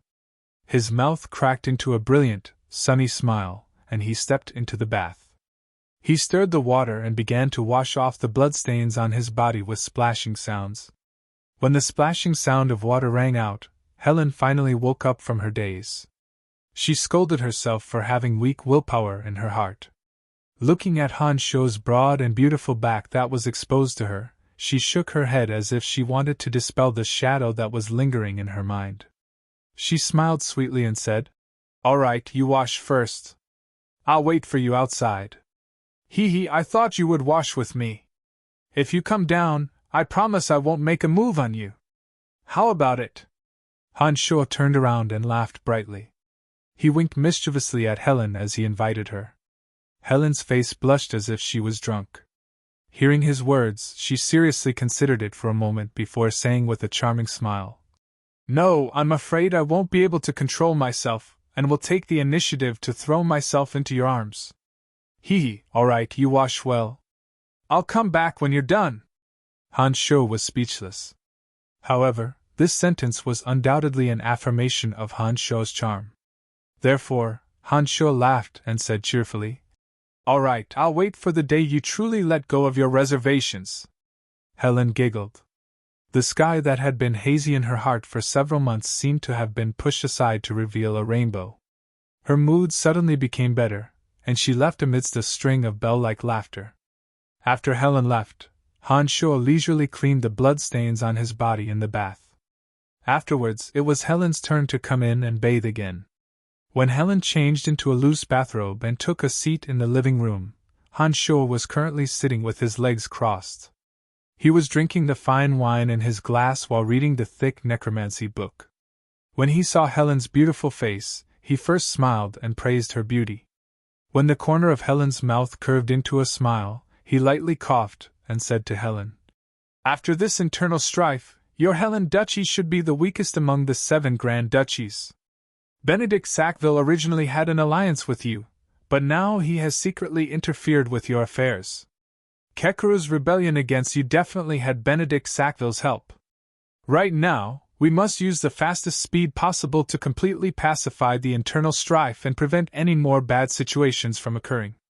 Seeing Han Sho start talking about serious matters, Helen frowned and lightly sighed.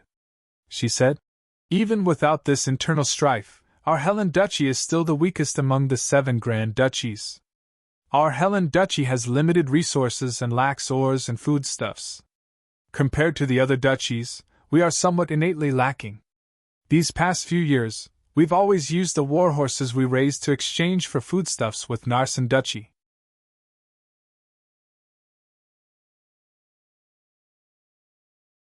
We've also used the other duchies or the even more distant Brute Merchant Alliance to exchange for war equipment. Originally, our nation wasn't rich enough to begin with. In addition to the frequent internal strife, this made our situation even worse. That's why when you blackmailed me for 600,000 gold coins, I, a Grand Duke, couldn't even take it out. As if recalling Han Shuo's extortion of her, Helen fiercely rolled her eyes at Han Shuo and snorted angrily at the end of her sentence. Han Shuo awkwardly laughed a few times before opening his mouth to say, "Actually, if it wasn't for you and the Lancelot Empire becoming enemies and turning Bretel City into a hunting ground, the merchants of the Lancelot Empire could completely provide you with the foodstuffs and weapons you need. The Lancelot Empire doesn't have that many warhorses. If you sold your valiant warhorses to the Lancelot Empire, you would definitely be able to obtain considerable profits. Unfortunately, because Bretel City has been plundered and massacred too miserably, even those greedy merchants don't dare to rashly come here. To those merchants, your 7 grand duchies are like scourges and ferocious beasts. They naturally don't dare to trade with you. This is why some of the resources within your duchies are unable to obtain corresponding rewards. Humph, this is actually all your Lancelot Empire's own doing. Back then, it was because your Lancelot Empire wanted to conquer our 7 grand duchies. If you hadn't burned and looted all the way into our borders, the 7 grand duchies wouldn't have been able to come to an agreement so quickly and join forces to deal with your Lancelot Empire at all costs." Helen's charming face was filled with anger, as if recalling the arrival of the Lancelot Empire's army like scourges and ferocious beasts. The relationship between nations only consisted of conquering and being conquered. Every king of a nation would use any means possible to expand their territory. The Lancelot Empire was like this, the Kasi Empire was like this, and even the 7 grand duchies were like this. Otherwise, why would they fight each other endlessly? Who was in the right and who was in the wrong in this aspect would never be publicly determined. After hearing Helen's words, Han Shuo smiled wryly and said, "What happened in the past has nothing to do with us. With our current relationship, we can secretly carry out some smuggling activities. Do you have anyone in your hands that you can completely trust?" "Of course, my family's trusted aides are completely trustworthy. No matter what decision I make, they will support me," Helen proudly said. Nodding his head, Han Shuo said, "Very good. How about this? I can use some of Lancelot Empire's war equipment to exchange for your Helen Duchy's war horses. Rations are also not a problem. This will be beneficial to both of us."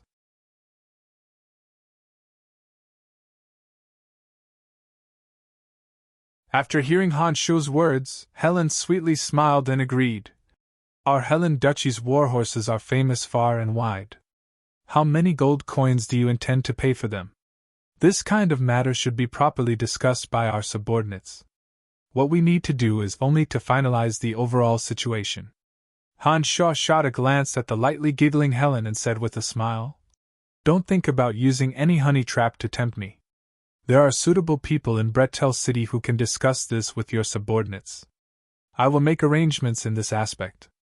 The two of us shouldn't discuss it in detail, so as to avoid hurting our relationship." After hearing Han Shuo's words, Helen spat and said with a red face, "Who has any feelings for you? You treacherous and stingy man, you won't let me take even the slightest bit of advantage. All right, I'm going out for a while tonight. You should also be careful. Now that all the direct and collateral relatives of the Kekuru family have been killed, it's best for you to be on guard as early as possible. I think you will be very busy starting tomorrow. Now isn't the right time for us to talk about love," Han Shuo said to Helen. You killed all the members of the Kekuru family?" Helen was horrified. Only now did she react. She stared at Han Shuo in shock. Yes, any of his relatives who had the qualifications to succeed him as count, including his loyal lackeys, none of them escaped the fate of death. Don't worry, when the sun rises, the entire Seagate city will be in chaos.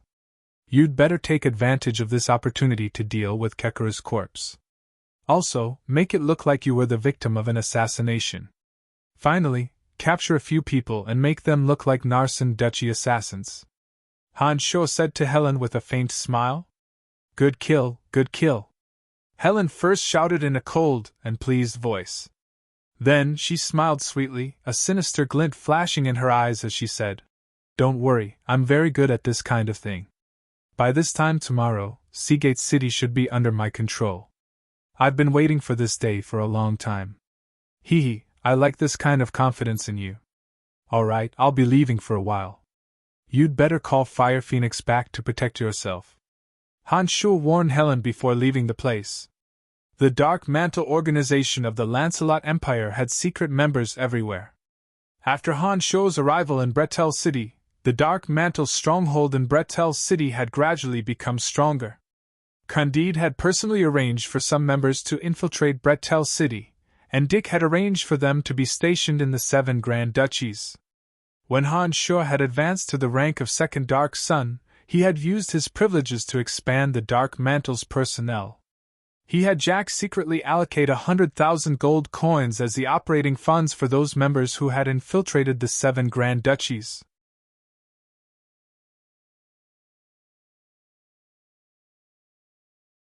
With enough gold coins, those people had secret strongholds in every city in the 7 Grand Duchies, and they gradually grew in scale. As the city lord of Bretel City, as well as a second Dark Sun envoy, Han Shuo could use a special method to contact Dark Mantle members as long as he went to any of the 7 Grand Duchies. Through these members, Han Shuo could obtain the latest news in the city, and use them to directly contact Bretel City. That night, before Han Shuo had assassinated Kekaru, he had left a message in Seagate City. After leaving Helen's place, Han Shuo headed straight for that area. When Han Shuo walked onto the streets, he suddenly discovered that the entire Seagate City had become a chaotic mess. Groups of guards wearing disheveled armor had panicked expressions on their faces as they went from house to house, searching for the culprits. Suddenly, Seagate City was enveloped in the sound of the hooves of war horses and the panic of the citizens. When Han Shuo saw this, he immediately understood that the massacre in Kekaru's castle had definitely been discovered. Otherwise, the entire Seagate City wouldn't be in such a state of chaos. The city gates were completely sealed, and no one was allowed to leave Seagate City without permission. Several Seagate City knight captains had terrified expressions on their faces as they loudly yelled to protect the city gates. They walked out of Kekaru's castle and headed straight for Helen's manor. These people were only the peripheral members of Kekaru's small group. Perhaps they didn't know that Kekaru had long since wanted to rebel. Now that they saw such a shocking massacre in Kekaru's castle, the first thing they thought of was an enemy invasion.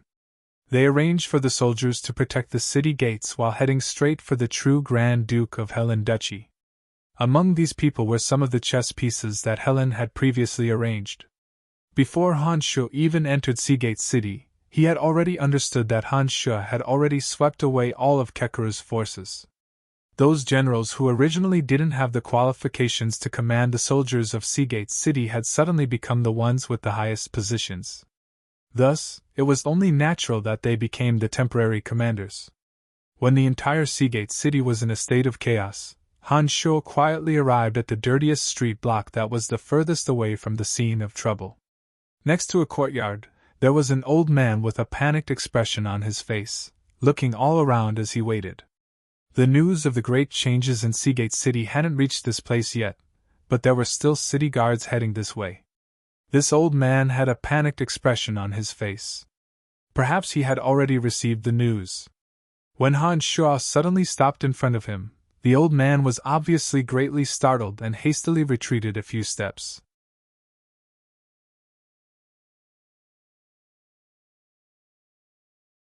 Only when he discovered that there was a token in Han Shuo's hand did he let out a sigh of relief and respectfully saluted.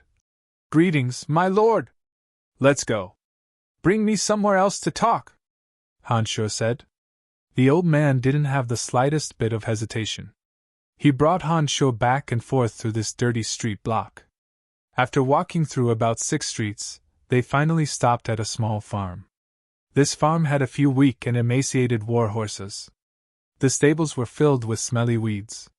When the old man arrived here, he directly walked towards a small thatched house. After entering the thatched house, the old man looked around a few times through a small hole before opening a tunnel under his bed. He moved aside to let Han Shuo enter first.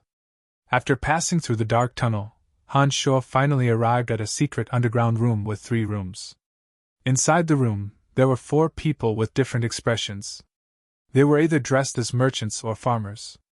When they saw Han Sho appear, they were all extremely shocked. When Han Sho flashed the token in his hand, they finally calmed down. They hastily bowed and said, "Greetings, Lord Anva."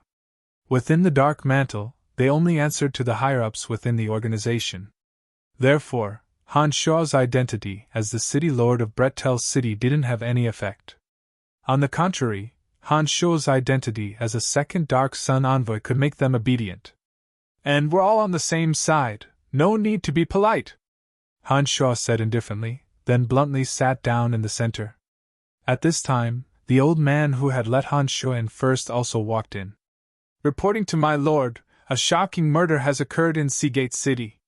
The entire family of the Lord of Seagate City, Marquis Kekeru, has been massacred. We just received news that this matter will completely change the power structure of Seagate City."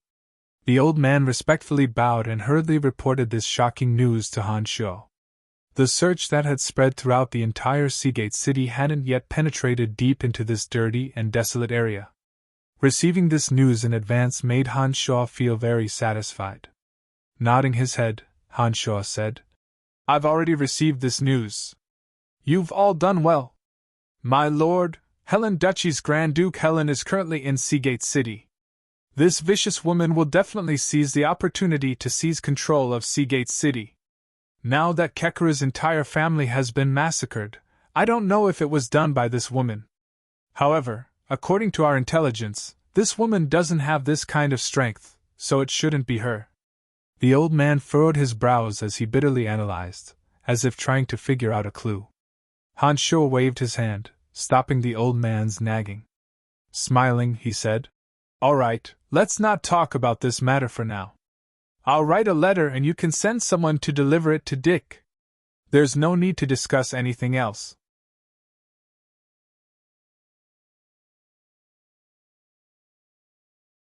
Hearing Han Sho's words, the old man immediately stopped his guesses and respectfully nodded.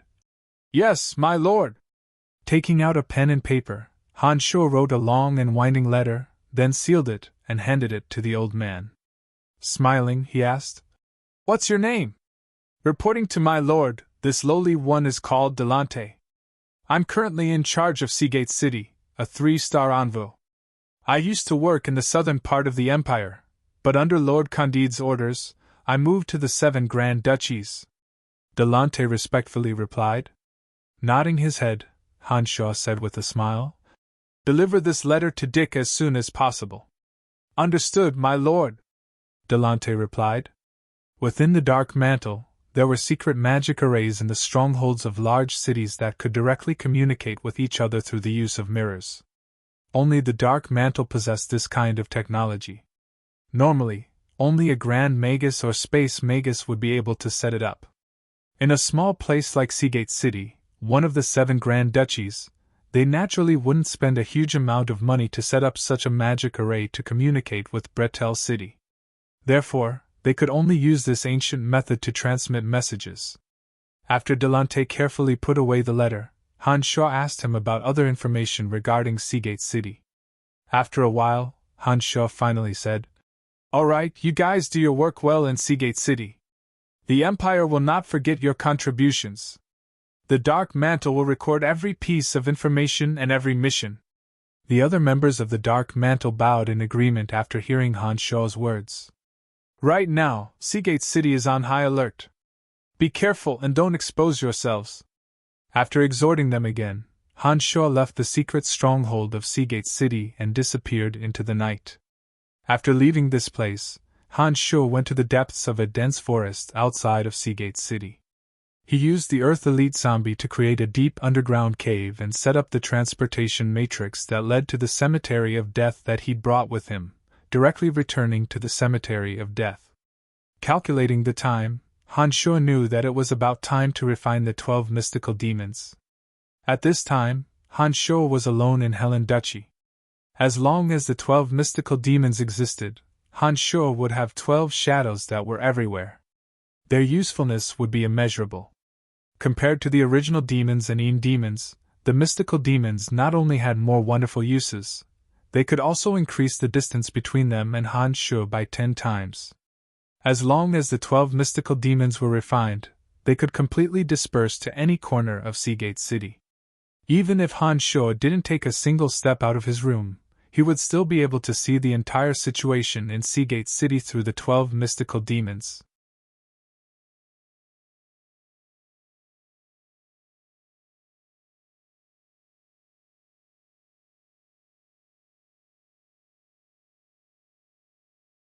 Chapter 364. Inside the Cemetery of Death, Dark Dragon Gilbert was still in the midst of his evolution. The mystical demon cave had long since stopped operating. Inside the mystical demon cave, in the shape of a sinister ghost face, there were 12 blood pearls that resembled red agates. The blood pearls rolled around in the mystical demon cave, following a peculiar trajectory. Han Shu walked to the front of the mystical demon cave and waved his hand. A mass of bloody light shot out, piercing towards the 12 blood pearls that resembled red agates. Pop, pop! 12 crisp sounds of eggshells cracking could be heard from within the blood beads. The 12 blood beads broke apart, and each blood bead emitted a cloud of blood mist. The blood mist gradually condensed and expanded, taking the form of sinister and terrifying monsters. When the 12 mystical demons of different shapes and sizes, but all the same evil, appeared in front of Han Shu, they each swallowed the blood beads under their bodies into their stomachs, raising their heads and howling towards the sky. The remaining Yin demon was released from Han Shu's body. One of the mystical demons suddenly pounced over and swallowed the Yin demon released by Han Shu into its mouth. It chewed up the Yin demon and swallowed it whole. With a thought, the 12 mystical demons flew into Han Shu's body like ghostly shadows. They took the form of 12 blood pearls and entrenched themselves around Han Shu's demon infant, absorbing the overflowing energy of the demon infant. The level of the mystical demons was higher than that of the Yin demons. With the existence of the mystical demons, the lower-level Yin demons were useless. Even if they hid within the body, they would still be captured and eaten by the mystical demons. Han Shu also knew that there was no way for a demon of the level of the Yin demon to survive in his body. Therefore, he might as well let the mystical demons eat them, and prevent them from continuing to absorb the energy in his body. The energy that Han Shu's demon infant could release at the separate demon realm was astonishing. For the mystical demons that were connected to Han Shu's bloodline, they only needed to absorb a little bit of energy from Han Shu's body to bring endless benefits to Han Shu. Compared to the lower-ranked original demons and Yin demons, the mystical demons could be further away from Han Shu's body. If the mystical demons could be attached to a person's mind, then they could be thousands of miles away from Han Shu without any hindrance. Once a mystical demon possessed a person's mind, it would be able to feed on that person's brain every day, no longer needing Han Shu's strength to replenish itself. In the beginning, the mystical demons would eat that person's brain to slowly change his thoughts and affect his judgment.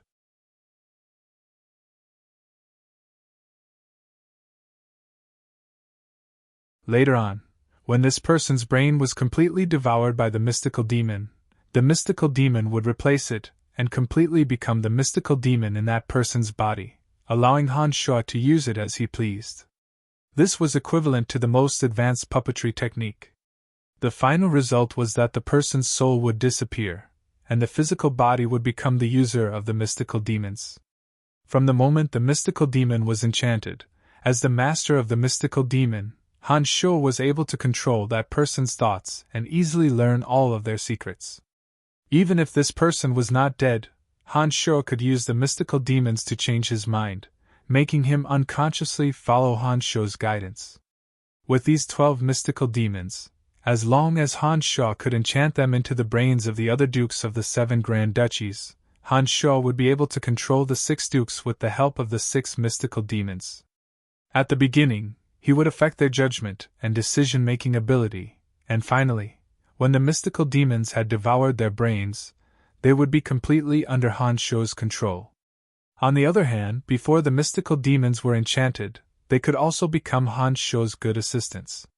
That omnidirectional, traceless, and formless exploration was the innate magical ability of the demons. In addition, the mystical demons could be like the Yin demons, easily transforming into Han Shuo's appearance, and could even speak the human language to become another Han Shuo. Of course, the strength of the mystical demons could not be compared to Han Shuo's, but they could become Han Shuo's scapegoat at critical moments, which was equivalent to giving Han Shuo 12 extra lives. The strength of the mystical demons could not compare to Han Shuo's, but they still had an advantage over ordinary experts. Mystical demons that could transform into solid and incorporeal forms could similarly swarm their opponents in battle. They were so fast that they looked like flashes of bloody light, making it difficult for ordinary people to deal with them. With the 12 mystical demons entrenched in Han Shuo's body, Han Shuo was even more confident. Seeing that dark dragon Gilbert had yet to awaken, Han Shuo took out the skeletal staff, opened the boundary of the Cemetery of Death, and headed in the direction of the Valley of Sunshine. In Tanai's place of extreme water, the water elite zombie that Han Shuo had left behind also received a message. This made Han Shuo understand that the water elite zombie could also be born. Flying from the dark forest to the Valley of Sunshine, Han Shuo did not openly enter the valley from the front door because he didn't understand the current situation in the valley. Instead, he descended from the sky to a remote corner, and then sneaked into the place of extreme water where the water elite zombie was being refined. This shop was now Han Shuo's personal property.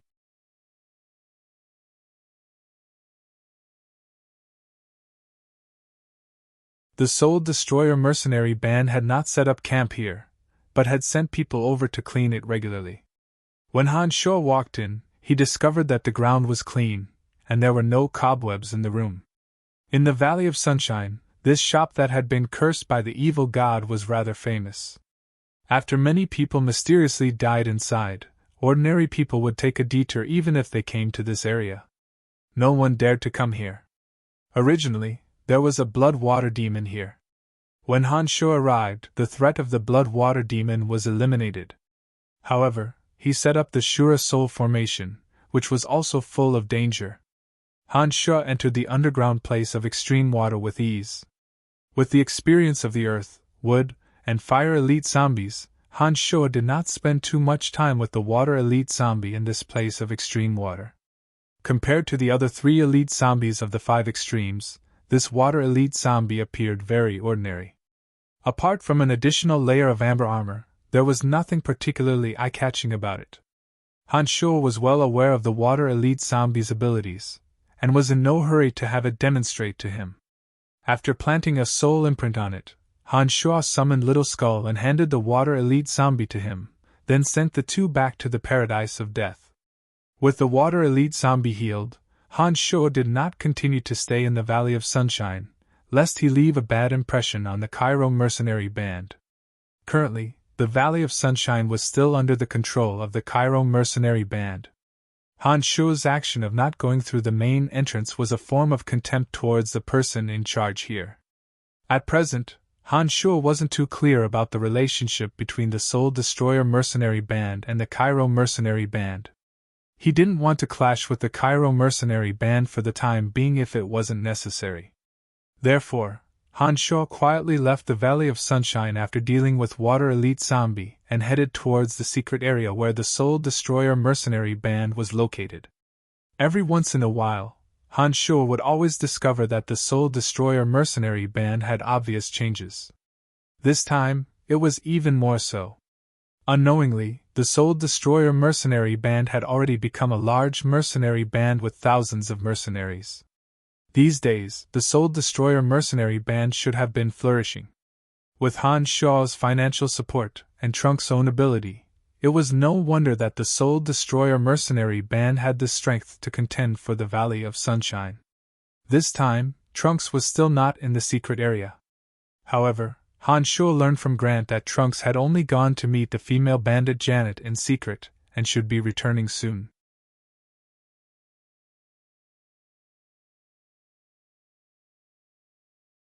Ever since Trunks discovered that his long-lost little sister Annie had been together with the female bandit Janet, Trunks had often found an excuse to run over to Janet's place. On one hand, he wanted to see Annie, and on the other, he wanted to discuss with Janet when they would take revenge for Annie. The female bandit Janet was also a heroic and outspoken woman. She was rather congenial with Trunks, and the two gradually became familiar with each other. One was a mercenary band in the Valley of Sunshine, and the other was a large bandit organization around the Valley of Sunshine. The two leaders had unknowingly established a friendship. After hearing Grant's words, Han Shaw was somewhat astonished. He hadn't expected that Trunks would actually get along well with that tomboy. Janet's personality was like a man's. Her speech didn't have the slightest hint of gentleness that a woman had, and she would even curse from time to time. In addition, she was fond of women, and could be said to be an oddity among women. Who would have thought that she would still be able to chat with Trunks?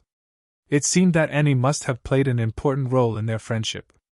After waiting here for half a day, Odysseus and the others returned midway. They had a few drinks with Han Shaw, whom they hadn't seen for a few months. They were all in high spirits. After Odysseus joined the Soul Destroyer mercenary band, Trunks really didn't mistreat them. In addition, Odysseus and the others had extraordinary strength, and gradually gained quite a bit of reputation within the Soul Destroyer mercenary band. The few of them had a tacit understanding with each other. In addition, they had great trust in each other, and were usually able to complete some difficult missions. They were very popular within the entire Soul Destroyer mercenary band. While Han Shaw, Odysseus, and the others were drinking and chatting, Trunks had also returned from outside. He laughed heartily as he joined the drinking army. Mercenaries who lived on the edge of a knife had incomparably forthright personalities. They were generally men who ate large bowls of wine and meat. They believed in true strength and lived with an attitude of enjoying life. Some of the newly joined mercenaries didn't know Han Shaw's identity at first. However, after a few veteran mercenaries revealed Han Shaw's identity, the newly joined mercenaries all revealed looks of worship. There were even a few young mercenaries who couldn't contain themselves and excitedly came over to toast Han Shaw. Although Han Shaw didn't come to the Valley of Sunshine often, he would leave behind spectacular deeds every time he did. The current leader of the Rainbow Sickle Mercenary Band, Florida, and the patriarch of the House of Menlo, Adam, had both been defeated by Han Shaw's hands.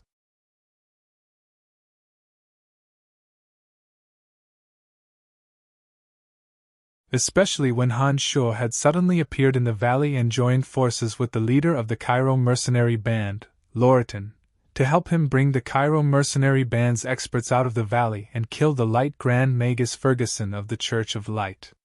This news had been widely spread in Tanai of the Sunshine Valley. Han Shaw wasn't in the Valley of Sunshine, but the legends of Han Shaw had always been circulating in the Valley of Sunshine.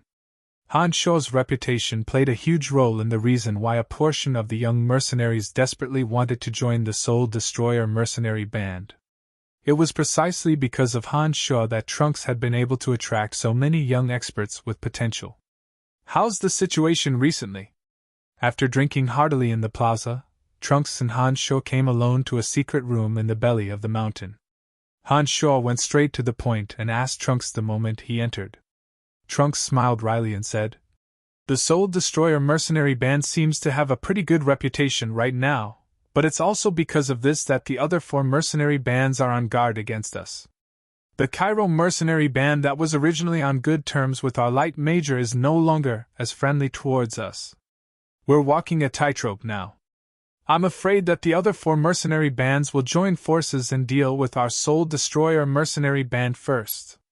In any case, the undercurrents in the Valley of Sunshine are surging like a tide. It seems that a storm could spread at any time." Hearing Trunks' words, Han Shaw nodded and said, "That's inevitable. Everyone wants to have a bite of the fat meat that is the Valley of Sunshine. This is the central region of 3 countries. Controlling the Valley of Sunshine will not only allow one to obtain large amounts of gold coins, but also some secret benefits.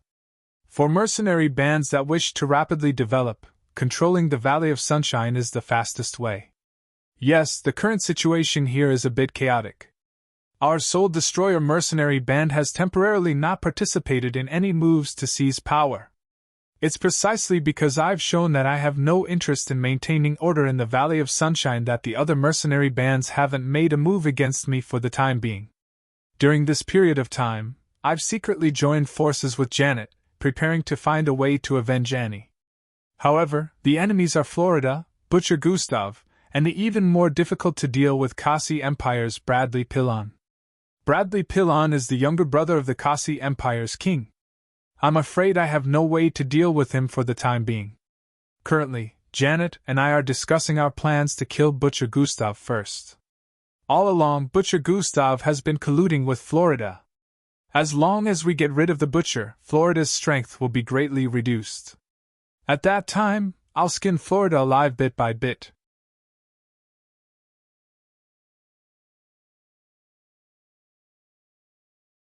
When I have enough strength, I'll deal with Kasi Empire's Bradley Pilon. I want to leave this person for last. Trunks said hatefully. How about I help you get rid of the Butcher and Florida first? In any case, I'm currently in the Valley of Sunshine. Although the strength of these two isn't bad, they aren't much of a threat to me. As long as I want to kill the two of them, they absolutely won't be able to escape.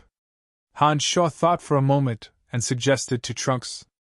Shaking his head resolutely, Trunks said to Han Shaw, I appreciate your good intentions, but I want to slowly kill these three myself. Annie is like a sister to me. She has suffered so much, I must make those bastards pay with blood. Seeing Trunks' insistence, Han Shaw sighed lightly and nodded. Since that's the case, then I won't interfere. Oh right, Gilbert is with me at the moment. He's currently at the critical point of his second evolution, and won't be back to help you in the short term. Be careful on your own. Don't worry and go about your business. Leave the Valley of Sunshine to me.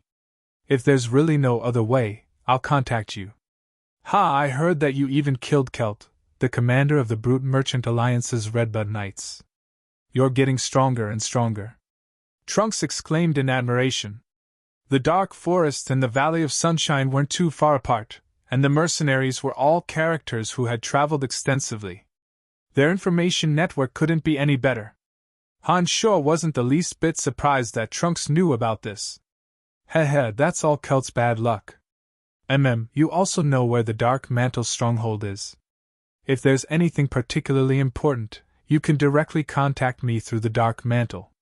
Of course, you can also leave a message at the address I gave you. Alright, I'll be leaving first. Tanai, I believe that with you in the Valley of Sunshine, the entire Valley of Sunshine will belong to our Soul Destroyer mercenary band sooner or later. Han Shaw said with a smile. Trunks replied boldly after hearing Han Shaw's words. Don't worry, I've eaten one of your pills and now have the strength of a great sword master. Looking at the entire Valley of Sunshine, apart from that man and Loriton, who else can be my match?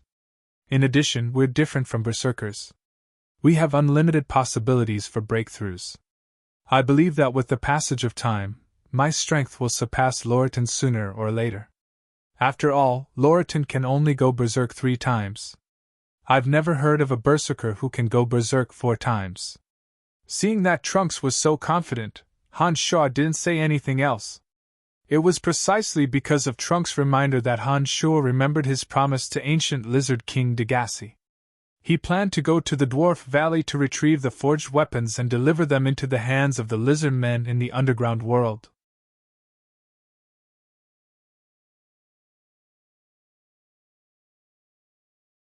Using the art of the demonic Ninth Heavens, Han Shaw made a trip to the Dwarf Valley and retrieved over 1,000 newly forged sharp weapons from Tanai. These weapons were mixed with a small amount of black iron ore, causing the sharpness of these weapons to far surpass that of ordinary weapons. He didn't linger in the Dwarf Valley for long. Han Shaw flew towards the entrance to the underground world, weaved through the intricate and complicated underground world, and headed straight for the Lizardman's residential area. Last time, ancient Lizard King Degassi had solemnly introduced Han Shaw to the leader of the Lizardmen. Han Shaw didn't know the specifics of his instructions, but the Lizardman leader had been incomparably respectful towards Han Shaw under Degassi's orders. This made Han Shaw feel a sense of responsibility towards them, just like how he treated the forest troll. As he headed towards the Lizardman's area, Han Shaw's mind spun. He currently controlled the forest troll and Dwarf Valley above ground in the dark forest. There were still Lizardmen underground who completely obeyed his commands.